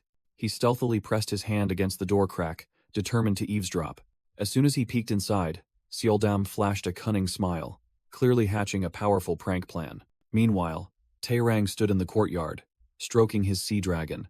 He had just arrived, his face cold, as his subordinate announced, "Lord Taerang, we have arrived." Suddenly, Seldam scooped Solu up, and both rode another blue dragon, soaring into the sky, creating an entrance that couldn't be more spectacular. Taerang looked up, his face blank, utterly bewildered by what was happening. Taerang's mind was filled with question marks. Doesn't this guy have anything better to do? Why does he keep loitering around my palace? He continued to ponder, recalling how the girl had been afraid to be with him last time. Taerang muttered to himself, feeling guilty. "I feel a bit bad." He decisively turned on his heel, intending to leave and get out of sight. Seoldam and Solu landed right in front of Taerang, blocking his path. Taerang growled, his face clearly scowling. "What are you doing here?" Seoldam grinned widely, openly teasing. "Wow, that's a harsh tone. I was working a bit late, so I brought her along." He leaned close to Taerang's ear, whispering suggestively, "I also have a gift prepared for you. Just look at Solu." Taerang glanced over, his expression still full of disdain and annoyance. What's so special about this girl? But the moment his eyes met Solu and her splendid new appearance, Taerang was utterly stunned. All his coolness vanished. Taerang froze, his face flushing red like a ripe tomato. Solu, innocently unaware, excitedly showed off to Taerang. Hey, how do I look? Everyone says I'm very pretty." The girl continued to chatter endlessly about being praised by everyone, while Taerang was still in a loading state, his face bewildered. Taerang was still processing Solu's beauty, muttering, "Absurd," while Seoldam stood behind him, grinning widely. Captivated by Solu's beauty, Taerang startled and turned away, his face flushed crimson. Solu looked bewildered, not understanding what was happening, and asked worriedly, "Is something wrong? Did I do something amiss?" Suddenly, Taerang snatched a veiled hat. He thrust the hat at Solu, ordering curtly, "Wear this when you go outside." He grumbled to himself, visibly annoyed. "Damn it, why do I feel so bothered when Seoldam looks at Solu? It must just be him irritating me." Seoldam reappeared like a ghost, whispering into Taerang's ear, "Taerang, be honest with your feelings." He slung an arm around Taerang's shoulder playfully, declaring, "No need to thank me, just enjoy yourself." Then dragged the stunned king away. With that, Seoldam leaped onto a tiny flying object and made a swift escape, leaving Taerang fuming. Taerang sighed, weary of the other man, and turned to urge Solu, "Hurry, get on." Solu was still bewildered, not understanding why she had to climb onto the sea dragon. Seeing Solu just standing there stiffly, Taerang lost all patience. He approached without a word. Taerang swept Solu up in a princess carry and placed her directly onto the sea dragon's back, causing her to shriek. Lord Taerang? Nestled securely in Taerang's embrace on the dragon's back, Solu's face was flushed, her heart pounding wildly. She mumbled his name, completely flustered by this sudden closeness. Solu delivered a devastating line. "Being with Lord Taerang, I somehow remember my father." Taerang froze for the second time. She explained that he was also cold but kind, just like her father. Solu smiled, recalling the moment Taerang had carried her back to her room when she fainted yesterday. She concluded, "I heard you took me back to my room when I passed out. The way you care for me is exactly the same." Struck by the parental-level friend zone, Taerang was speechless and replied, "I have never had a daughter your age." He tried to save face, his voice icy. "Don't think I treat you this way because you're special to me." Solu nodded innocently. "Ah, I understand. I must have misunderstood." But in her mind, she was utterly confused. What? Why is he angry again? Taerang's inner thoughts screamed, feeling as if lightning had struck him, realizing he was being seen as a parental figure. Solu innocently explained further, completely unaware that she had just stepped on a landmine. "I mean, you're very kind and masculine." Taerang grumbled bitterly, thinking the girl was just spouting nonsense to flatter him like all other materialistic girls. He walked away, leaving a bewildered Solu behind. Taerang reassured himself to stay calm, not to let emotions overwhelm him. His main goal was to win this girl's heart. The two arrived at a beautiful pier, where a luxurious boat was waiting. Salu gasped in astonishment at the opulent sight before her. She exclaimed excitedly upon seeing the boat had a canopy, something a commoner like her had never witnessed. Tairang lost patience, snapping, "Stop talking nonsense. Get on the boat." Salu hurried aboard, stammering apologies for being too nervous. As it was her first time on a boat, she clumsily lost her balance and nearly fell flat on her face. Tairang silently observed, seemingly having anticipated her clumsiness. Seeing Salu stumble, he sighed and extended his hand, his face expressionless but his action warm. "If you wish, take my hand." The two had arrived. The main hall of a luxurious inn appeared. The sliding door opened with a whoosh. Seoldam entered with a radiant smile, loudly announcing, "Ladies, I'm back. Everyone has worked hard." Meanwhile, guard Pago was surrounded by the blonde stylist and the pink-haired assistant, who teased him, demanding to give him a handsome makeover. Seoldam spotted Pago and asked directly, "What are you doing here?"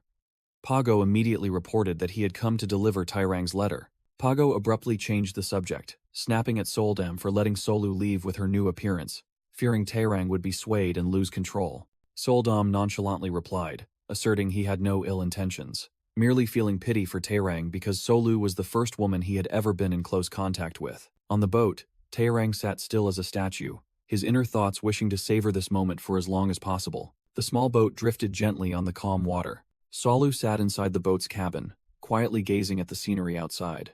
A cute, small, pink-orange fish-like creature swam around in the water, creating ripples of bubbles. Solu exclaimed excitedly, calling Tairang to show off the fish performing its tricks. Tairang maintained his expressionless face, not uttering a single word in response. Solu glanced over and caught Tairang's intense gaze fixed on her. Caught off guard, Tairang flinched, his eyes revealing clear confusion.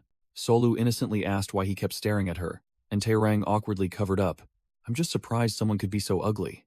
Solu puffed out her cheeks in anger. "Then why don't you look at the scenery?"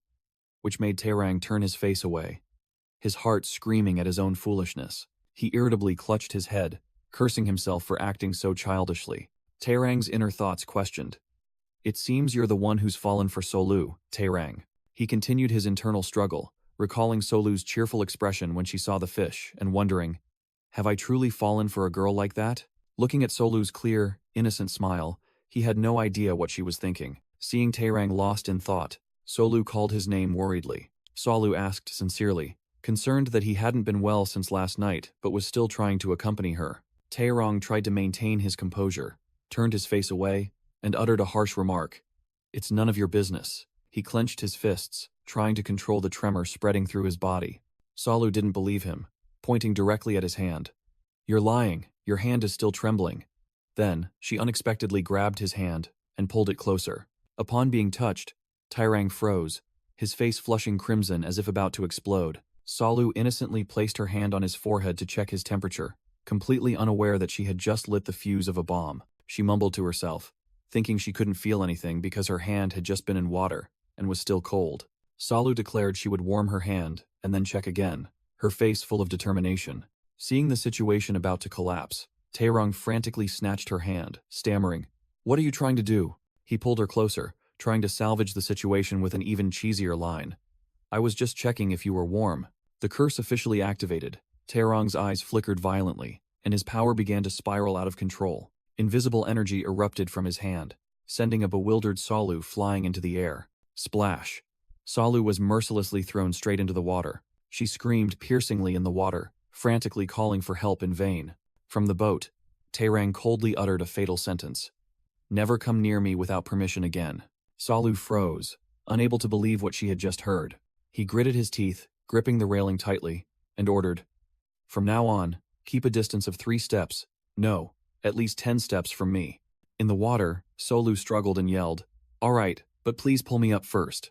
Tairang ignored her plea, merely flicking his finger, and a stream of purple energy shot out. That surge of power lifted Solu out and unceremoniously dumped her sprawling onto the boat's deck. Thrown onto the boat like a sack, Solu lay sprawled, coughing violently, while Tairang sat there, coldly turning his face away.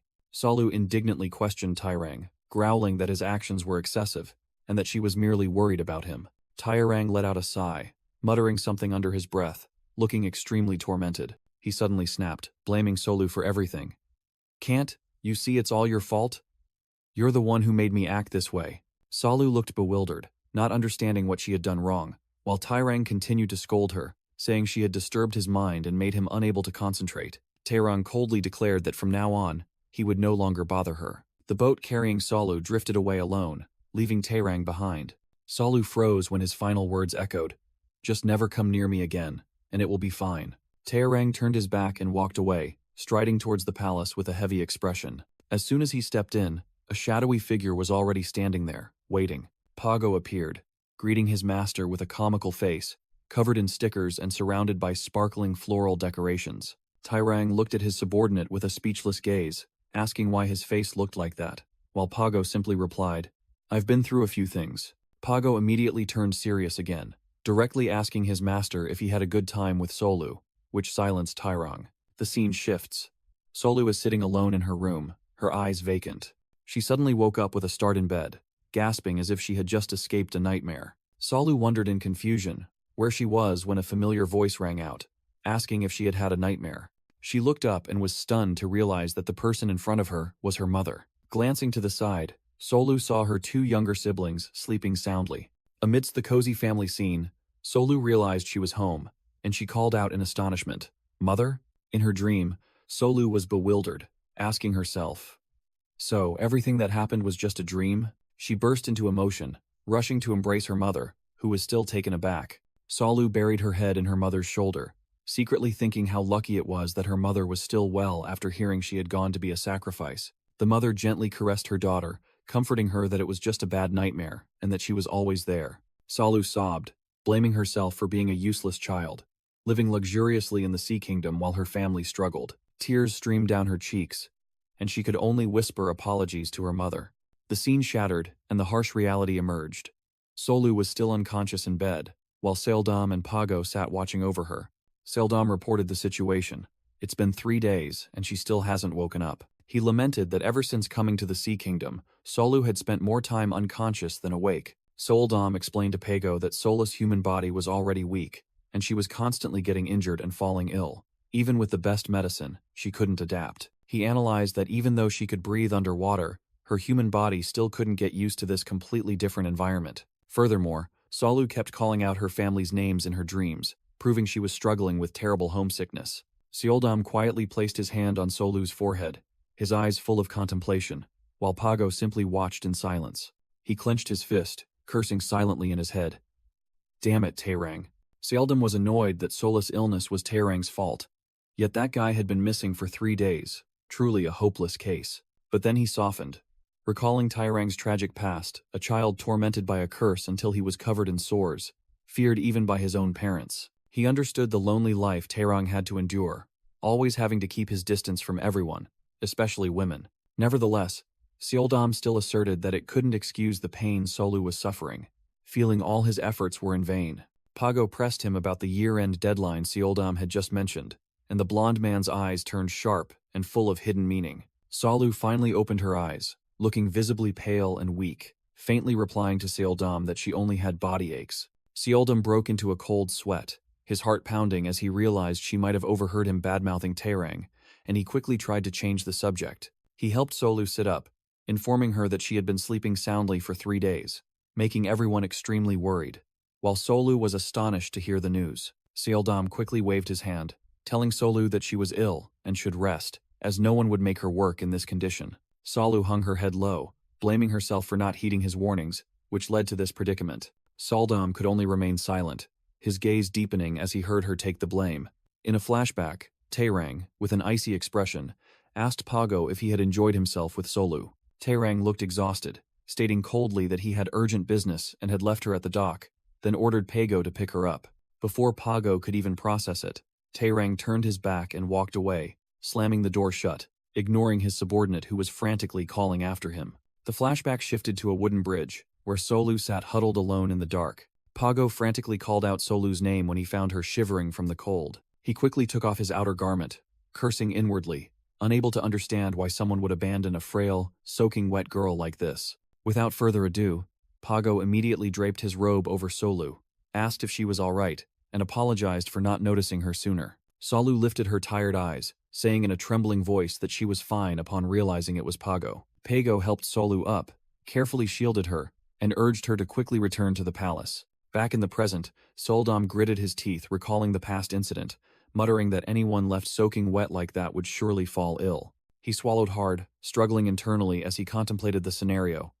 If he stopped helping, Taerang would surely be doomed. Seoldam pulled himself together, determined not to let negative thoughts overwhelm him. He gripped Solu's hand tightly, beginning to defend Taerang, asserting that the man was merely cold on the outside, but warm on the inside, with no ill intentions whatsoever. Seoldam tried to clear his boss's name, forcing a smile and asking Solu not to think ill of Taerang, even though he knew deep down it was a pathetic excuse. Solu, still weak, mumbled a question about Taerang, proving she still cared about the man who had abandoned her. The room door was suddenly pushed open. It turned out to be Pago. The guard quietly brought in a tray of hot porridge, urging Solu to eat to quickly regain her strength. Seoldam stood up, announcing that they had to go deal with the work that had piled up over the past 3 days. Solu immediately enthusiastically declared she would return to work tomorrow, but Seoldam waved it off, insisting she rest until she was fully recovered. She flexed her arm to show she was fine, and Seoldam reluctantly compromised, but warned that if he saw any sign of fatigue, she would be sent straight back to bed. Thud! The room door closed, restoring quiet to the room. Solu sat alone, looking at the bowl of porridge in front of her. She scooped a spoonful of white rice porridge, and a pleasant aroma wafted up. The delicious taste of the porridge made her eyes droop in bliss, reminding her of soft herbal rice cakes. Just as she confidently thought she had recovered, a sudden sharp pain struck her back, making her freeze, and she decided to just eat slowly and finish first. Thump thump! Angry footsteps pounded heavily on the wooden hallway. Seoldam kicked open the door to another room and stormed in, with a murderous expression, roaring Taerang's name. Taerang sat there, with an ice-cold face, not even bothering to glance at the intruder. With a whoosh, Seoldam lunged forward and grabbed Taerang's collar tightly. Seoldam growled, confronting him face to face. "What the hell are you doing?" The blonde man still didn't let go, tightening his grip on the white-haired man's collar with an extremely furious expression. Seoldam exploded, yelling that Solu had been unconscious for 3 days because of Taerang, and he hadn't even shown his face once.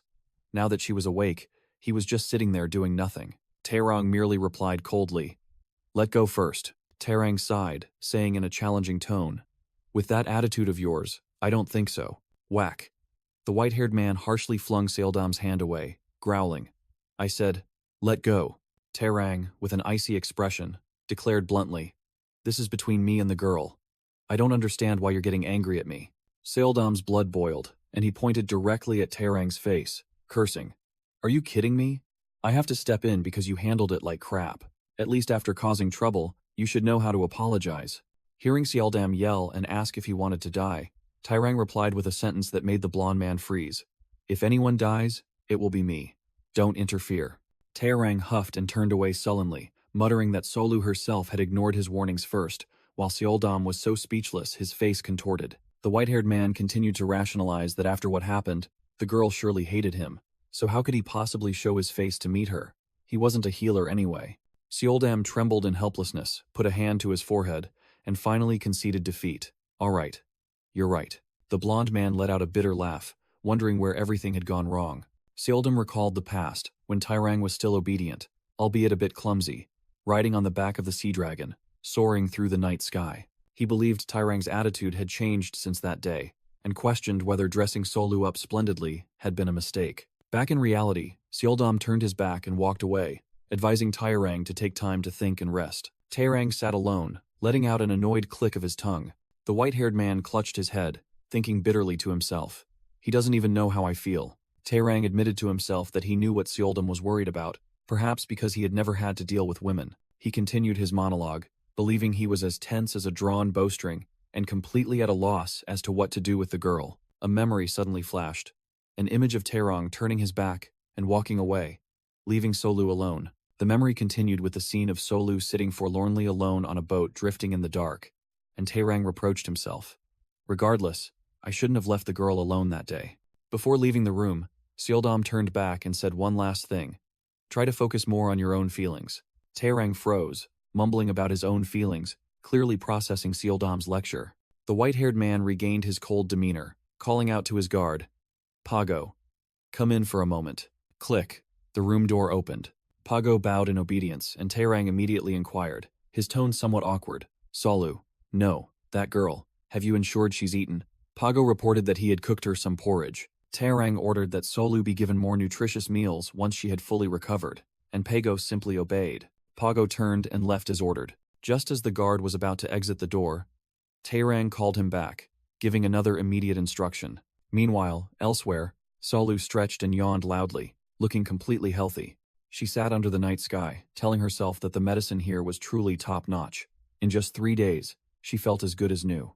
Solu suddenly became pensive, wondering if Taerang was all right. A memory flashed, showing her actively approaching Taerang, and she blamed herself. Looking back, I ignored him when he told me to stop. The girl sat with her chin in her hand, muttering to herself that she only did it out of worry, so why did he make her stop? Solu was annoyed, wondering if Taerang hated her, and blaming him for cruelly throwing her into the water and abandoning her like that. She grumbled under her breath. Who cares? A beautiful face with a rotten personality is worthless. Just then, a cold voice echoed from right behind her. Who has such a beautiful face? Solu jumped, spitting out saliva, and stammered Taerang's name while he, with an impassive face, calmly remarked that her voice sounded much healthier. Solu huffed, turning her face away in a sulk. She turned her back, her voice full of sarcasm. Why are you here, after abandoning me that day? I was just taking a stroll. Taerang curtly replied that she should continue her stroll, but just as Solu was about to retort further, he held out a sparkling box of seaweed rice cakes, calmly inviting, "Want some?" Solu couldn't help but stare at the box of cakes, her mouth watering as she realized they were seaweed rice cakes. Solu wagged her tail excitedly, her eyes shining like headlights. Yes, please let me eat some. Taerang coldly asked if she was bothered, but Solu vehemently denied it, her eyes fixed on the box of cakes. Bothered? Not at all. I'm dying for this dish. As she munched, Solu praised the deliciousness, chattering that Pago's porridge reminded her of these cakes. Taerang watched the scene, speechless. Just a moment ago, she was sulking. Now she's grinning widely. Truly incomprehensible. He continued to observe, and seeing her eat messily, he thought to himself, look, she's getting food all over the place. As Taerang reached out to do something, Solu flinched, instinctively stepping back, causing him to lose balance and fall backward. Solu froze for a second, then quickly bowed deeply. I apologize, Lord Taerang. Taerang stood up and asked directly. Apologize for what? Solu mumbled. Because you told me to stand 10 steps away. She continued to explain that he was probably angry, because she never listened. Taerang merely watched in silence, his expression unreadable. Solu forced a smile, blaming her forgetfulness on being engrossed in eating the cakes, then promised to obey from tomorrow. But Taerang retorted, Are you sure that's 10 steps? Solu looked bewildered, while Taerang declared bluntly, You're as tall as a chestnut. How can that distance be counted as 10 steps? Solu awkwardly stepped back a little. How about here? Taerang commanded decisively. Closer. Solu stiffened, slowly stepping forward. He maintained his cold expression, repeating the command. Closer. She shuffled forward a bit more, but he was still not satisfied. Even closer. When the distance was only a handspan, Taerang finally declared, All right, that spot. He looked directly at Solu and declared imperiously. For you, that is 10 steps. Solu was dumbfounded, and Taerang smirked, explaining teasingly, With your legs, this is the perfect distance. Solu bristled in protest. Hey, I'm not that short, but Taerang merely scoffed. If thinking that makes you happy, then, by all means. A few days later, in the main hall of the inn, dusk fell. Whoosh! Taerang, riding the sea dragon, rushed in like a whirlwind. Solu was already standing there, excitedly running out to greet him. Lord Taerang, I'm here, he coldly reminded her. Running like that, you might trip. But Solu chattered on, thanking him for the excellent care, which made Taerang a little flustered, and he only said he would escort her until she was better. It's cold outside now, let's go in, Taerang said, and Solu happily agreed. As Solu walked past, an image of Taerang wearing a veil flashed in her mind, while Pago stood behind him, looking displeased. Observing from a distance, Seoldam smiled as he thought of Taerang. He realized Taerang had changed, now wholeheartedly caring for Solu. Seoldam recalled Taerang secretly inquiring about Solu's condition at the inn. He even disguised himself in various ridiculous ways to secretly escort her back. And now, it seemed Solu had also gradually opened up to his kindness. Seoldam hoped that, with this progress, Taerang might have a healthy and long life. Taerang and Solu stood side by side, her eyes crinkling with a smile. Seoldam stood on the balcony, quietly watching them both leave together on the sea dragon's back. Seoldam's neck twitched slightly, full of hidden meaning. Both soared up into the star-filled night sky. Salu was extremely excited. I don't think I'll ever get tired of the beautiful scenery in the Sea Kingdom. She was surprised to see a flock of white birds circling in the night sky. Lord Taerang, does the Sea Kingdom also have birds? They look exactly like cranes, Salu asked curiously. Taerang explained they were seabirds, but expressed puzzlement, because they usually only appeared during the day. Taerang, wearing his veil, surmised the flock of seabirds was in a hurry, but then he found that thought illogical. Just as he finished speaking, Taerang sensed trouble, his hand flashing with magical light as he realized something was wrong. Taerang suddenly pulled Solu sharply towards him, his face hardening, leaving her bewildered about what was happening. Salu was stunned, sweat beginning to pour at Taerang's tense demeanor. A giant octopus monster slowly emerged from the shadows. Taerang immediately recognized his old foe. Taerang thrust a sword into Solu's hand, making her panic as she had never held a weapon in her life. He explained this monster was growing stronger, and this time it would be much harder to deal with. Taerang told Solu to just hold the sword for self-defense. She reluctantly nodded. The octopus monster recoiled, then suddenly shot out a barrage of pitch-black spikes towards both of them. The sea dragon circled, narrowly dodging the attack, the spikes whizzing past. The barrage of pitch-black spikes continued its pursuit, giving them no second to breathe. Taerang used his power to create an invisible shield, blocking the incoming spikes. The sea dragon continued to weave and dodge, the spikes still whizzing past dangerously. Taerang anxiously asked Solu if she was all right. She affirmed she was fine and urged him to focus on the monster. He gritted his teeth and cursed as the spikes relentlessly kept coming. One spike had already pierced through their defense. The spike unexpectedly plunged straight into the sea dragon's tail, making it roar in pain. Taerang realized the monster was targeting the sea dragon's weak point, exactly as it had attacked Pago. The monster silently closed in from behind. Taerang only realized it when it was already right beside them. He spun around, his face paling as he saw the monster was already right in front of him. Before he could react, a pitch-black tentacle shot out, wrapping tightly around Solu. The octopus monster dragged Solu away, making her scream Taerang's name in panic. Taerang roared furiously, his voice filled with murderous intent. "How dare you? Release her now!" While the monster tightened its grip on Solu. Solu realized in horror that sharp spikes were growing from the monster's tentacle, ready to pierce through her. Fresh blood splattered onto Taerang's face as the spikes plunged straight into Solu. Taerang cried out in despair, "Solu!" His eyes wide, unable to believe the sight before him. From a distance, a figure riding a beige dragon rushed forward. The red-haired girl named Yeon Cho recognized Taerang's voice. Whoosh! A whip lashed straight at the tentacle, holding Solu, severing it cleanly. Taerang realized the reinforcements were Yeon Cho, who had acted with extreme decisiveness. Solu fell freely from above. Taerang immediately dove down to catch her. Taerang tightly embraced the unconscious and blood-soaked Solu, his face filled with pain. He looked up and asked Yeon Cho with a hesitant voice. "Yeon Cho, how did you know to come here?" Taerang explained that patrolling was his job, and that those in the royal family could sense each other's danger. Yeon Cho looked at Taerang holding Solu, secretly thinking it was surprising to see him holding a woman in his arms. Taerang gently said to the gasping Solu, "Lean on me. I will heal you immediately." He checked the wounds, relieved that the spikes hadn't pierced her vital organs, but still worried as he saw Solu breathing with difficulty. Noticing some wounds were deeper than expected, Taerang urged Solu to stay conscious while she could only weakly whisper his name. The octopus monster nonchalantly licked its severed tentacle, seemingly unharmed. Yeon Cho continued to swing her whip, rushing to attack the monster, to hold it back. But the monster easily used its remaining tentacles to block all of her attacks. Yeon Cho grew frustrated as her attacks proved useless, grumbling to herself. "Where are the others? What in the world are they doing?" From the shadows, Taerang growled. They should have sensed she was in danger. A voice rang out. "Sorry for being late, Yeon Cho." Reinforcements had arrived. Haje, Prince of the Amethyst Kingdom, a burly man with dark red hair, was snapped at by Yeon Cho.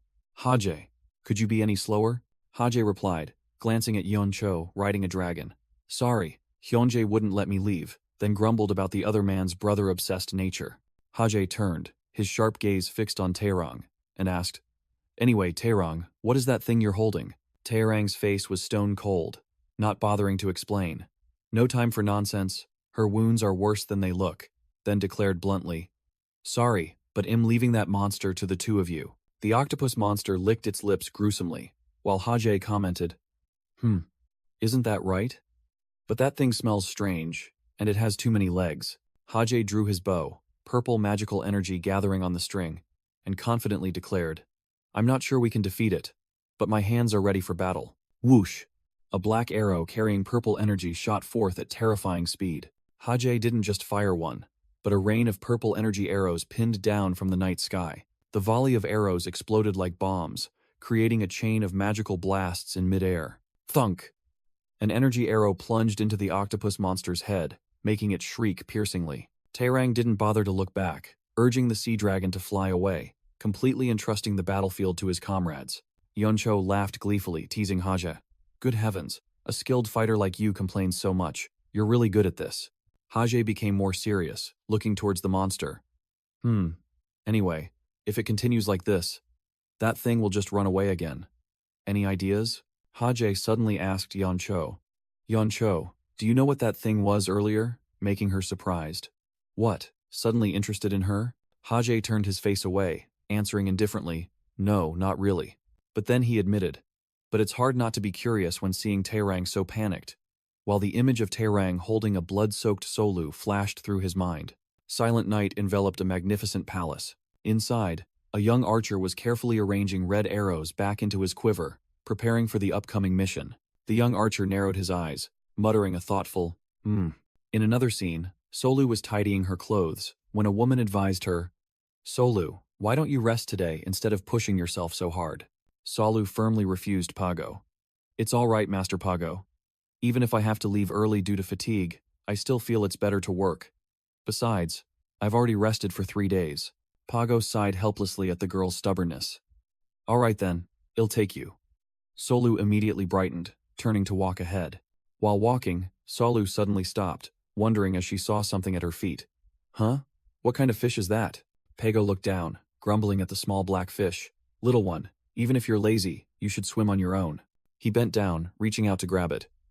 Come here. The black fish deftly dodged, easily slipping from Pago's hand, leaving him stunned. Huh? What happened? Pago stood up straight, his face full of doubt, muttering, What was that fish just now? No fish in the Sea Kingdom swims that fast. Bang!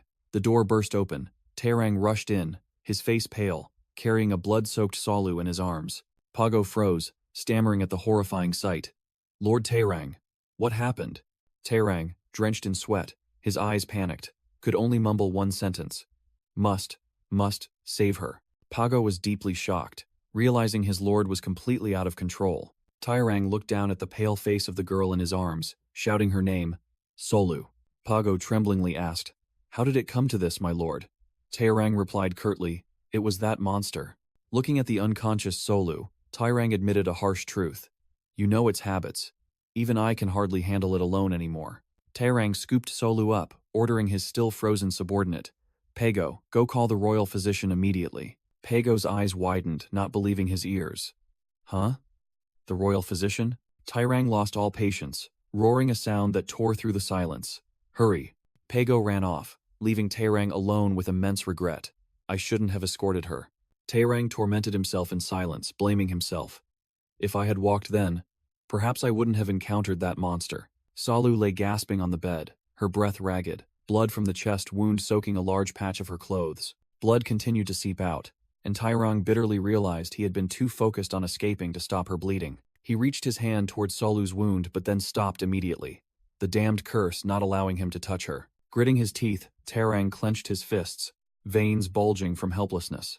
Unable to touch her directly, he decided to use his sleeve instead. Taerang pressed his sleeve firmly against Solu's bleeding wound, trying to slow the deadly flow. Sweat beaded on his forehead. He looked at the girl who was slowly fading with a desperate expression. He screamed silently in his head, frantic with impatience. Damn it, where is Pago? Fear consumed Taerang as he thought of the worst-case scenario. She's losing too much blood. If treatment is delayed, she will. Crash. The room door burst open violently. Taerang spun around, his face a mix of relief and anger as he saw the person he needed had arrived. The royal physician and his assistants rushed in, bowing to the impatient king. The old royal physician hurried to the bedside, asked for permission, and began to examine Solu's condition. He pulled back Solu's torn clothes, revealing deep, bloody claw marks on her chest. Taerang stood right behind him, his eyes burning as he watched the royal physician's every move. The royal physician began to report on the wounds, but Taerang snapped, cutting him off. No need for a report.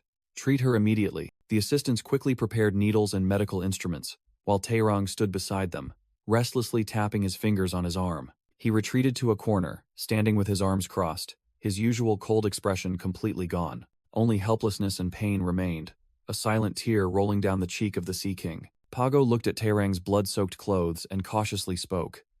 "My lord, you should change your attire." Taerang coldly brushed him off, his eyes never leaving the sickbed. Later, Pago froze, a flurry of thoughts exploding in his mind.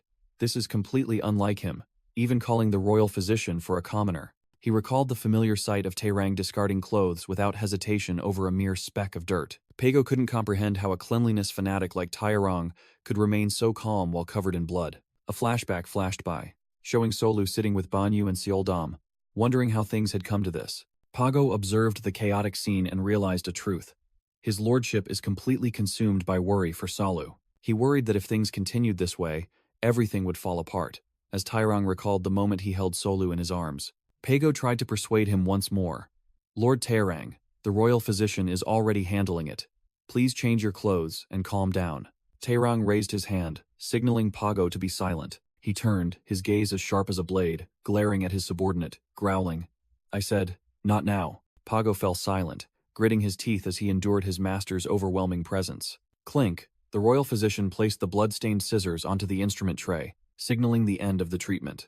Taerang immediately spun around, his voice filled with impatience as he asked the royal physician, "Is it done?" The old royal physician reported that the wound would take time to heal, but he had used the best herbs, so she would gradually recover. The old royal physician hesitated, appearing reluctant to bring up another matter. Taerang looked at him with curiosity, while the royal physician asked if a tonic should be sent to Solu's room. Taerang ordered the royal physicians to leave. "Wait." He spoke in an icy tone, allowing no one to defy him. "I believe I don't need to repeat myself." Taerang's gaze swept over everyone in the room, enunciating each word. "Everything you have seen and heard in this palace must not be repeated. Is that clear?" The old royal physician and his assistants bowed deeply. "Yes, my lord. We shall remember." Slam. The room door closed, restoring silence. As soon as the task was done, Taerang staggered, his strength seemingly drained. He let out a heavy breath, sweat pouring down, looking visibly exhausted. Taerang stumbled as he ordered Pago, "Watch over Solu for me. I will go wash off the blood and regain my composure." He suddenly stopped and spoke. "Wait." His gaze turned towards Solu, who lay unconscious, her entire body wrapped in white bandages. Taerang walked to the folding screen, blocking Pago's view. He stood behind the screen, silently watching the girl for a moment. Taerang ordered Pago, "You don't need to be in the room. Go outside and stand guard." The door slammed shut again. Taerang secretly thought that it was necessary for the royal physician to undress her for treatment, but there was no reason for Pago to see that sight. At Alabaster Palace, Taerang soaked in the hot spring under the night sky, trying to relax. He wondered tiredly, "Why do I feel so utterly exhausted?" The battle hadn't actually lasted long, but the image of Solu covered in blood kept haunting his mind. A servant came to report, "Lord Taerang, you have guests." He asked in surprise, and the servant rattled off. "Yes, my lord. Lord Seoldam, Lord Banyu, Lady Yeoncho, and several others have arrived." Taerang snapped, "Enough," cutting off the servant. The servant then added, "They said they would wait for you in your bedroom, my lord." Taerang's eyes sharpened like blades. Taerang shot up, utterly panicked. "What? They're already there?" The servant stammered, confirming they were on their way. Splash! He shot straight out of the water, completely disregarding his image. Taerang grabbed the servant, yelling, "Quickly, help me get dressed." Taerang sprinted headlong down the corridor, his face taut with anxiety. He muttered, realizing his friends were breaking tradition. Normally, they always wait in the library. Could it be because of Solu? Thinking of Yeoncho's curious nature, Taerang was certain that girl would never leave his bed curtains alone. He imagined the chaotic scene when Seoldam and Haje saw a girl in his bedroom. This is truly disastrous. Taerang's face darkened. The core problem was that Solu was practically unclothed due to her injuries. As he rushed to the spot, his worst fear materialized. Banyu, Seoldam, and Haje were all gathered in the room, while Yeoncho was eyeing the bed curtains menacingly. Yeoncho, with a knowing smile, reached out, preparing to expose Taerang's secret. Taerang's pupils constricted. He realized he was one step too late. Without a second's hesitation, he shot forward like a flash of lightning, yelling in desperation. Wait! Thud! Taerong seized Yeoncho's wrist right at the edge of the curtain, his sharp gaze questioning. Yeoncho, what are you playing at? Yeoncho merely smirked, clearly having guessed he was hiding something extremely important. She nonchalantly explained. I heard groaning, and I guessed it was the girl you carried back earlier. I couldn't resist my curiosity. Who knows, maybe she's the one who offered her heart to you. Rip! Taerong snatched the curtain from Yeoncho's other hand. He growled a warning, radiating murderous intent. I warn you, stop this game at once. Yeoncho showed no fear. Instead, she grinned, revealing her fangs. All right. I like your straightforwardness. Taerong ordered coldly, his patience completely gone. That's enough. Let go of my hand. He gripped the curtain tightly, determined not to let anyone have a chance to look inside. Hajae suddenly appeared, slinging an arm over Taerang's shoulder and teasing.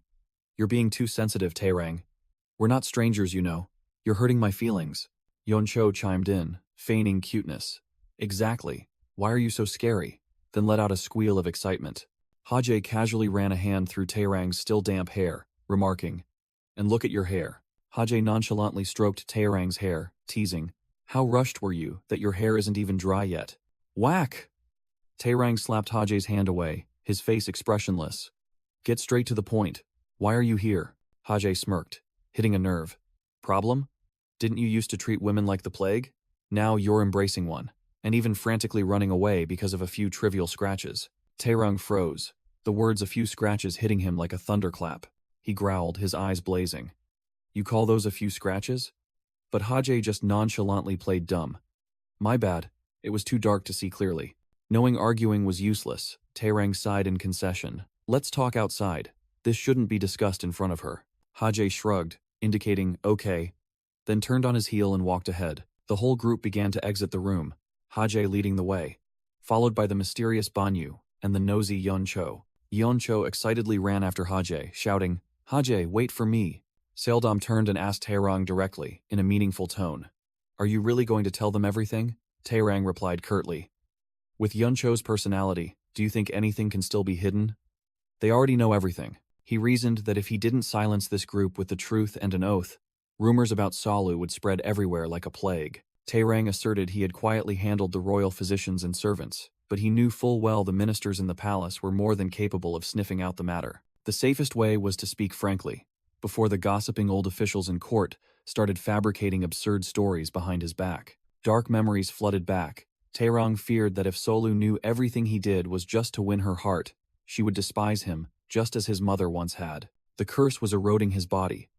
Taerang told himself time was running out, and every step had to be extremely cautious. Returning to reality, Taerang mumbled in agreement with his own plan, but his expression remained full of worry. Seoldam scoffed, delivering the finishing blow. But you look like you're falling for Salu. Didn't you once swear that would never happen? Taerang was speechless, completely unable to parry this direct attack. He could only remain silent, his hand unconsciously clenching into a fist. The image of Solu smiling radiantly like morning sunlight appeared in Taerang's mind, explaining all his confusion. Taerang told himself that he was just being kind to win the girl's heart. Seoldam scoffed, agreeing to cooperate in suppressing rumors until Taerang succeeded. His close friend concluded, at least until the day you win Solu's heart. Taerang could only remain silent, his face heavy with thought. Having said that, he decisively turned his back and left to attend to his duties. Taerang ordered Pago to stay and watch over Salu, while he would return shortly. The group of close friends pulled themselves into a private room, preparing for a thorough interrogation. Hajae lightly tapped the box on the table, impatiently. Let's cut this tense atmosphere. Are you finally going to tell us? The muscular man asked directly. Who exactly is that girl? Yeoncho also slammed the table, interrogating him about how he met the girl, and received a nonchalant answer. When I opened my eyes, she was already there. Yeoncho's face went blank, completely unable to comprehend the bizarre logic unfolding. She snapped, demanding a clear explanation for Taerang's out-of-the-blue answer. The friends started ganging up and teasing him, even bringing up Taerang's condition to taunt him and questioning his plan to woo the girl. Taerang sighed helplessly, admitting he remained silent precisely because he knew this absurd interrogation would happen, which made Yeoncho even more furious. Finally, Taerang relented, setting a condition that he would tell everything if the group promised one thing. He demanded everyone swear to keep their mouths shut, not to utter a single word about this matter to anyone. Yeoncho immediately retorted, claiming the rumors had already spread from the royal physicians, leaving Taerang speechless due to her nosiness. Taerang brushed it off, declaring that he would handle the matter of the royal physicians, and the group's job was to keep their mouths shut. Yeoncho gleefully raised her hand and agreed immediately, urging Taerang to quickly tell the story so she could enjoy the drama. Taerang glanced at the others, especially Banyu, to confirm the oath from the entire group. Hajae shrugged, nonchalantly saying he had no one to gossip to. He glanced at Banyu, teasing that the guy was naturally as silent as a clam. Taerang sighed, concluding, "All right, I trust you guys will keep your word." The atmosphere in the room suddenly became completely silent, awaiting the story. Taerang began to tell, in a steady voice. "Just as I said, she appeared while I was sleeping." Yeoncho narrowed her eyes, showing disbelief at this absurd reason. She yelled, "Hey, are you kidding me? You said you'd tell everything if we swore." But Taerang coldly replied, "That's all there is to it." In his memory, Solu was sound asleep in his arms when he woke up. Taerang explained that initially he thought the servants were playing their old tricks again, forcing someone into his room. But when he saw Solu's bewildered expression, he realized she was just as confused. She only remembered jumping into the sea and waking up here. Hajae scoffed, immediately seizing on the key point. Jumped into the sea? So, she's not a mermaid then? Taerang confirmed she was a mortal, at least according to her. Yeoncho let out a sarcastic "ha," clearly not buying the story. Taerang ignored her, continuing, "But even if she was human, she was still a woman, so I intended to kick her out of the palace." He admitted that even as time passed, his curse showed no signs of activating, which made Yeoncho recall the day he carried Solu on the sea dragon's back. Hajae nodded, concluding the matter sharply. "So, that's when you decided to win her heart," Taerang admitted, holding a picture of Solu in his hand. "That's right. But I'm still in the process of winning her over, so you all must keep your mouths shut." Yeoncho was utterly stunned, her mind exploding upon hearing that Taerang was trying to win over a girl. Slam! She slammed the table and stood up, yelling, "What crazy woman could possibly refuse your face?" Yeoncho began mercilessly exposing Taerang's flaws, unleashing a tirade. "Of course you're selfish. Only think of yourself. And you're also erratic, stubborn, and do whatever you please." She concluded with a backhanded compliment. "At least your face is decent. But even with that, you haven't succeeded. Is her taste that high? Or should I ask if she even has eyes?" Seoldam teased Yeoncho, telling her to say something kind, but she retorted grumpily, "Praise him? What is there to praise about that guy besides his face?" While Taerang merely sighed in exasperation. Hajae showed interest, thinking the story only made him more curious about that girl, while Yeoncho reluctantly admitted, "When I peeked through the curtain, I saw she was quite cute." Yeoncho turned to question Seoldam, sarcastically remarking that he always lost his mind over women. "Why hold back this time? Is it because she's your friend's girl?" Seoldam sneered, explaining that he was being accommodating because he understood Taerang's situation, and casually added, "Besides, I'm the one watching over her at the inn during the day." Yeoncho was utterly shocked to hear that Taerang had made that small girl work, but Seoldam explained that because the officials were constantly loitering in the palace, she had to stay at the inn from morning till night. Taerang slammed his teacup onto the table, his face cold, cutting off the conversation. "That's enough of that. We gathered here to discuss other matters." He got straight to the point, speaking of the mutated octopus monster, admitting that it was growing stronger and appearing more frequently. The atmosphere grew eerily heavy, as Taerang posed a deadly hypothesis. "Don't you think someone is deliberately nurturing it to grow stronger, and then releasing it?" Yeoncho agreed, saying she was fed up with the Night of the Covenant, and today's battle was too arduous. She wondered what the next one would be like. She bit her fingernails, offering a bold speculation. Could that monster be Haemu? Seoldam immediately poured cold water on the idea, arguing that Haemu was a legendary deity, the creator of the Sea Kingdom, and had no reason to attack it. However, Seoldam himself sowed further doubt by saying that no one knew anything about Haemu, and who knew, he might actually be some kind of monster. Taerang dismissed it, asserting that the monster's identity was not important. The problem was its continuous attacks. He then turned to ask Yeoncho if there was any activity in her homeland. Yeoncho shook her head firmly, stating that her kingdom had never heard of this type of monster. An image of Solu sleeping soundly, her body covered in bandages, flashed through Taerang's mind. He gritted his teeth. "Damn it. If I can't stop it, Solu will be in danger again." Yeoncho analyzed that if the monster had appeared elsewhere, they would have sensed it, so she was certain it was only lurking around Alabaster Palace. Banyu, the man of few words, maintained his absolute silence, not uttering a single sound. The group found themselves at an impasse. No one had any information about this mysterious monster. All they knew were its form and behavior, but they were completely clueless about why it was growing stronger, or how to utterly defeat it. Taerang muttered with eyes full of regret and murderous intent. If I had known things would turn out like this, I would never have held back when it was still weak. Taerang sighed, declaring the meeting at a deadlock. We won't find an answer today. Let's take a break and figure it out later. Banyu clicked his tongue, annoyed that there was still no decent plan to deal with the monster. The serious young man turned his back, declaring decisively, I'll be leaving now. Please continue your discussion. Suddenly, Yeon Cho grabbed Banyu's sleeve tightly, stopping him and making him turn to look at her with a puzzled expression. Yeon Cho, her face full of confidence, commanded, Wait a second, Banyu. I've just come up with a brilliant idea. The scene shifted to 4 hours earlier at Amber Palace, where Yeon Cho was buried under a mountain of official documents. She let out a loud stretch, complaining that dealing with the backlog of work had left her entire body aching. Yeon Cho thought to herself that a proper battle would be the perfect way to relieve stress and warm up her body. Deciding to act on her thoughts, the aggressive woman resolved to patrol near Alabaster Palace, both as a precaution and to find a fight. As she stood up, she accidentally dropped a piece of jewelry onto the floor, creating a clear, ringing sound. Yeon Cho bent down to pick up the item, grumbling that even bending over caused a sharp pain in her back. Memories flooded back.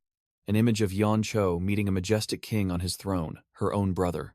Her brother questioned her with a sarcastic tone. So, you're shouldering both Bihan's court affairs and the work at the inn? He continued to taunt. A king of a nation abandoning my only sister, just to go pick a few herbs? Yeon Cho could only bow her head in silence as her brother spoke directly to her. After that, do you still expect me to have goodwill towards Bihan and the Sea Kingdom? Turning back to the pile of papers, Yeon Cho looked at her hairpin, her heart heavy. Where did you go, Bihan? I came to the Sea Kingdom to be with you. She bitterly thought about being abandoned by her husband to bear the burden of kingship, a role she disliked, while he had vanished without a trace. Leaning her head on the table, Yeon Cho whispered in endless longing, I miss you, Bihan. Back in the present, Yeon Cho still held Banyu tightly, repeating the idea she had just conceived, making Taerang curiously ask, What is it? Yeon Cho, her face expressionless, revealed a valuable piece of information. In the Ocean Kingdom, there is a very unusual species of fish. Yeon Cho began to explain about a rare fish, considered a national treasure in the Ocean Kingdom due to its extremely small numbers. She secretly thought that if her royal brother knew she was leaking this secret information to the Sea Kingdom, she would be in big trouble. Yeon Cho revealed that this fish could remember and perfectly mimic everything it heard, surprising Seoldam, who had never heard of such an extraordinary creature. Seoldam was initially skeptical, but then had to nod in agreement, admitting that the ocean still held too many mysteries that books had yet to record. The image of a pitch-black fish with jagged teeth appeared. It possessed a terrifying bite force, never letting go once it latched on, and would absorb all sounds to report to its master. Taerang immediately grasped the idea. You mean find such a fish and have it bite the octopus monster? The white-haired king continued to press, questioning how on earth they would extract a national treasure from the Ocean Kingdom. Yeon Cho, her face impassive, declared that she would have to act secretly behind her brother's back, because asking him directly would only lead to a scolding. Taerang concluded, deciding to adjourn the meeting until Yeon Cho found the fish, and Banyu immediately stood up, ready to leave. The gates of the guest house opened, signaling the end of the meeting. Yeon Cho hurriedly ran after them, calling out, Hajae, wait for me, as the muscular man and Banyu strode away. Only Seoldam and Taerang remained. The blonde-haired man looked directly at the king of the sea. Seoldam called out his close friend's name, Taerang. Taerang ordered decisively, leave those other matters to us. You focus on Salu. The most important thing now is to win her heart. Seoldam turned and walked away, not forgetting to advise, both of you are tired, get some rest. Taerang stood alone, lost in deep thought. He clenched his fist, telling himself, he's right, winning her heart must be the top priority. I cannot be swayed like today again. Taerang resolved, facing the harsh truth that he needed Solu's heart to escape this cruel fate.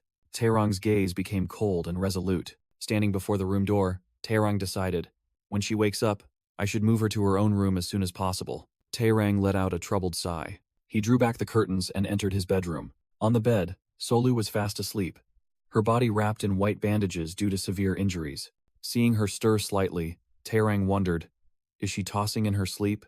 Then slowly reached out his hand towards her. He gently touched Solu's cheek, a rare moment when the curse did not activate. Solu let out a soft groan, then slowly opened her eyes, breaking the silent atmosphere. Taerang flinched, his gaze at her filled with confusion. Solu woke up, bewildered, asking, Lord Taerang? Where are we? While Taerang panicked, thinking, damn it, she's awake? He quickly pulled his hand back, his voice slightly flustered. This is my bedroom. Solu wondered why she was there, so Taerang explained. Don't you remember? You were injured by that monster, and I brought you here for treatment. Solu smiled with relief, her eyes full of gratitude. Ah, that's right. So you've saved my life once again, my lord. Taerang was about to say something about medicine, but then stopped himself. He suddenly froze, his outstretched hand stopping midair. He coldly announced, You're temporarily fine, but the pain will return soon. You'll have someone bring the medicine later. Remember to take it on time. After speaking, Taerang clenched his fist, determined to maintain his cold demeanor. He bit his lip, reminding himself to keep his distance. Turning his back to Solu, Taerang spoke as if dismissing a guest. Since you're awake, return to your own room. Solu was a little taken aback but still replied, Yes, all right. But my body is a bit hard to move. I need help. Taerang turned away immediately, without a hint of hesitation. Pago will help you. He walked out of the room, leaving Pago entering to help Solu up, determined not to soften his heart any further. As soon as he left the room, Taerang gritted his teeth and cursed, clearly in a fierce internal struggle. 10 days later, Solu was completely recovered, sitting and enjoying the fresh air outside her room. With a whoosh, a tiny goldfish flew over, affectionately rubbing against Solu's cheek. Solu stroked her pet, called it Goldie, and announced that she had to return to work today because her wounds had healed. The goldfish stubbornly refused to leave, clinging to her, which made Solu burst into laughter. She smiled, watching Goldie fly around. It truly looked adorable. Solu began to murmur, explaining to Goldie, I thought Lord Taerang hated me for kicking me out of his room, but he still sent someone to bring delicious food. She recalled the scene of Pago carrying a tray of sumptuous dishes, and even sent bitter tonics for me to recover quickly. She remembered herself grimacing while drinking the medicine. What's more, he also gave me a pile of gifts. Solu imagined Pago struggling to carry a mountain of gift boxes. Solu stood up, showing off her brand new outfit. The clothes I'm wearing were also a gift from him. Aren't they beautiful? She sighed in relief, skipping along. What a relief. I was so worried he truly hated me this time. Solu turned back to wave at Goldie, her spirits high.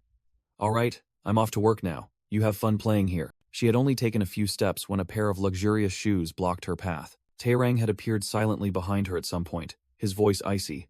Are you planning to return to work today? Solu flinched, her heart pounding, stammering to ask why he was always as silent as a ghost, while Taerang merely remarked, You seem to be doing well. Solu grinned, replying without hesitation. Of course. It's all thanks to your care. It's truly nice to see you again. It's been a while, hasn't it?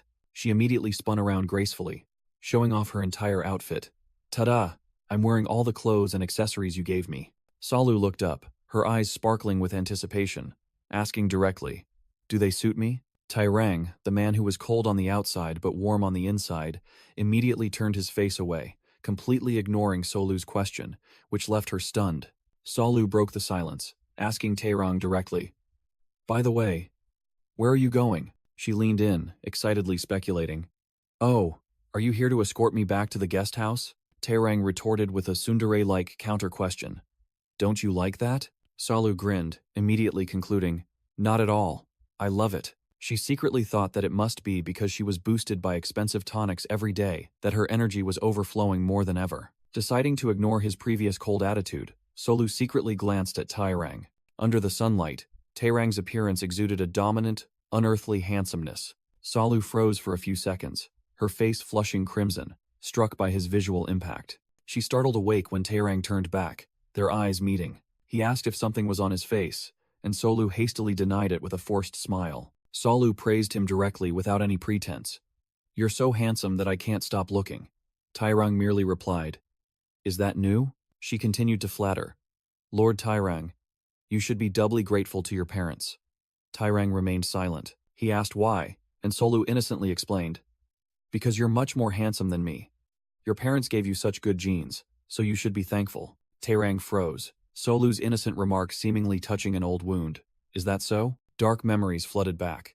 He wondered if his mother had ever truly considered him her son, her image appearing distant. In his recollection, young Taerang could only watch his parents' backs as they left him in solitude. The only thing he received from them was an extreme loneliness.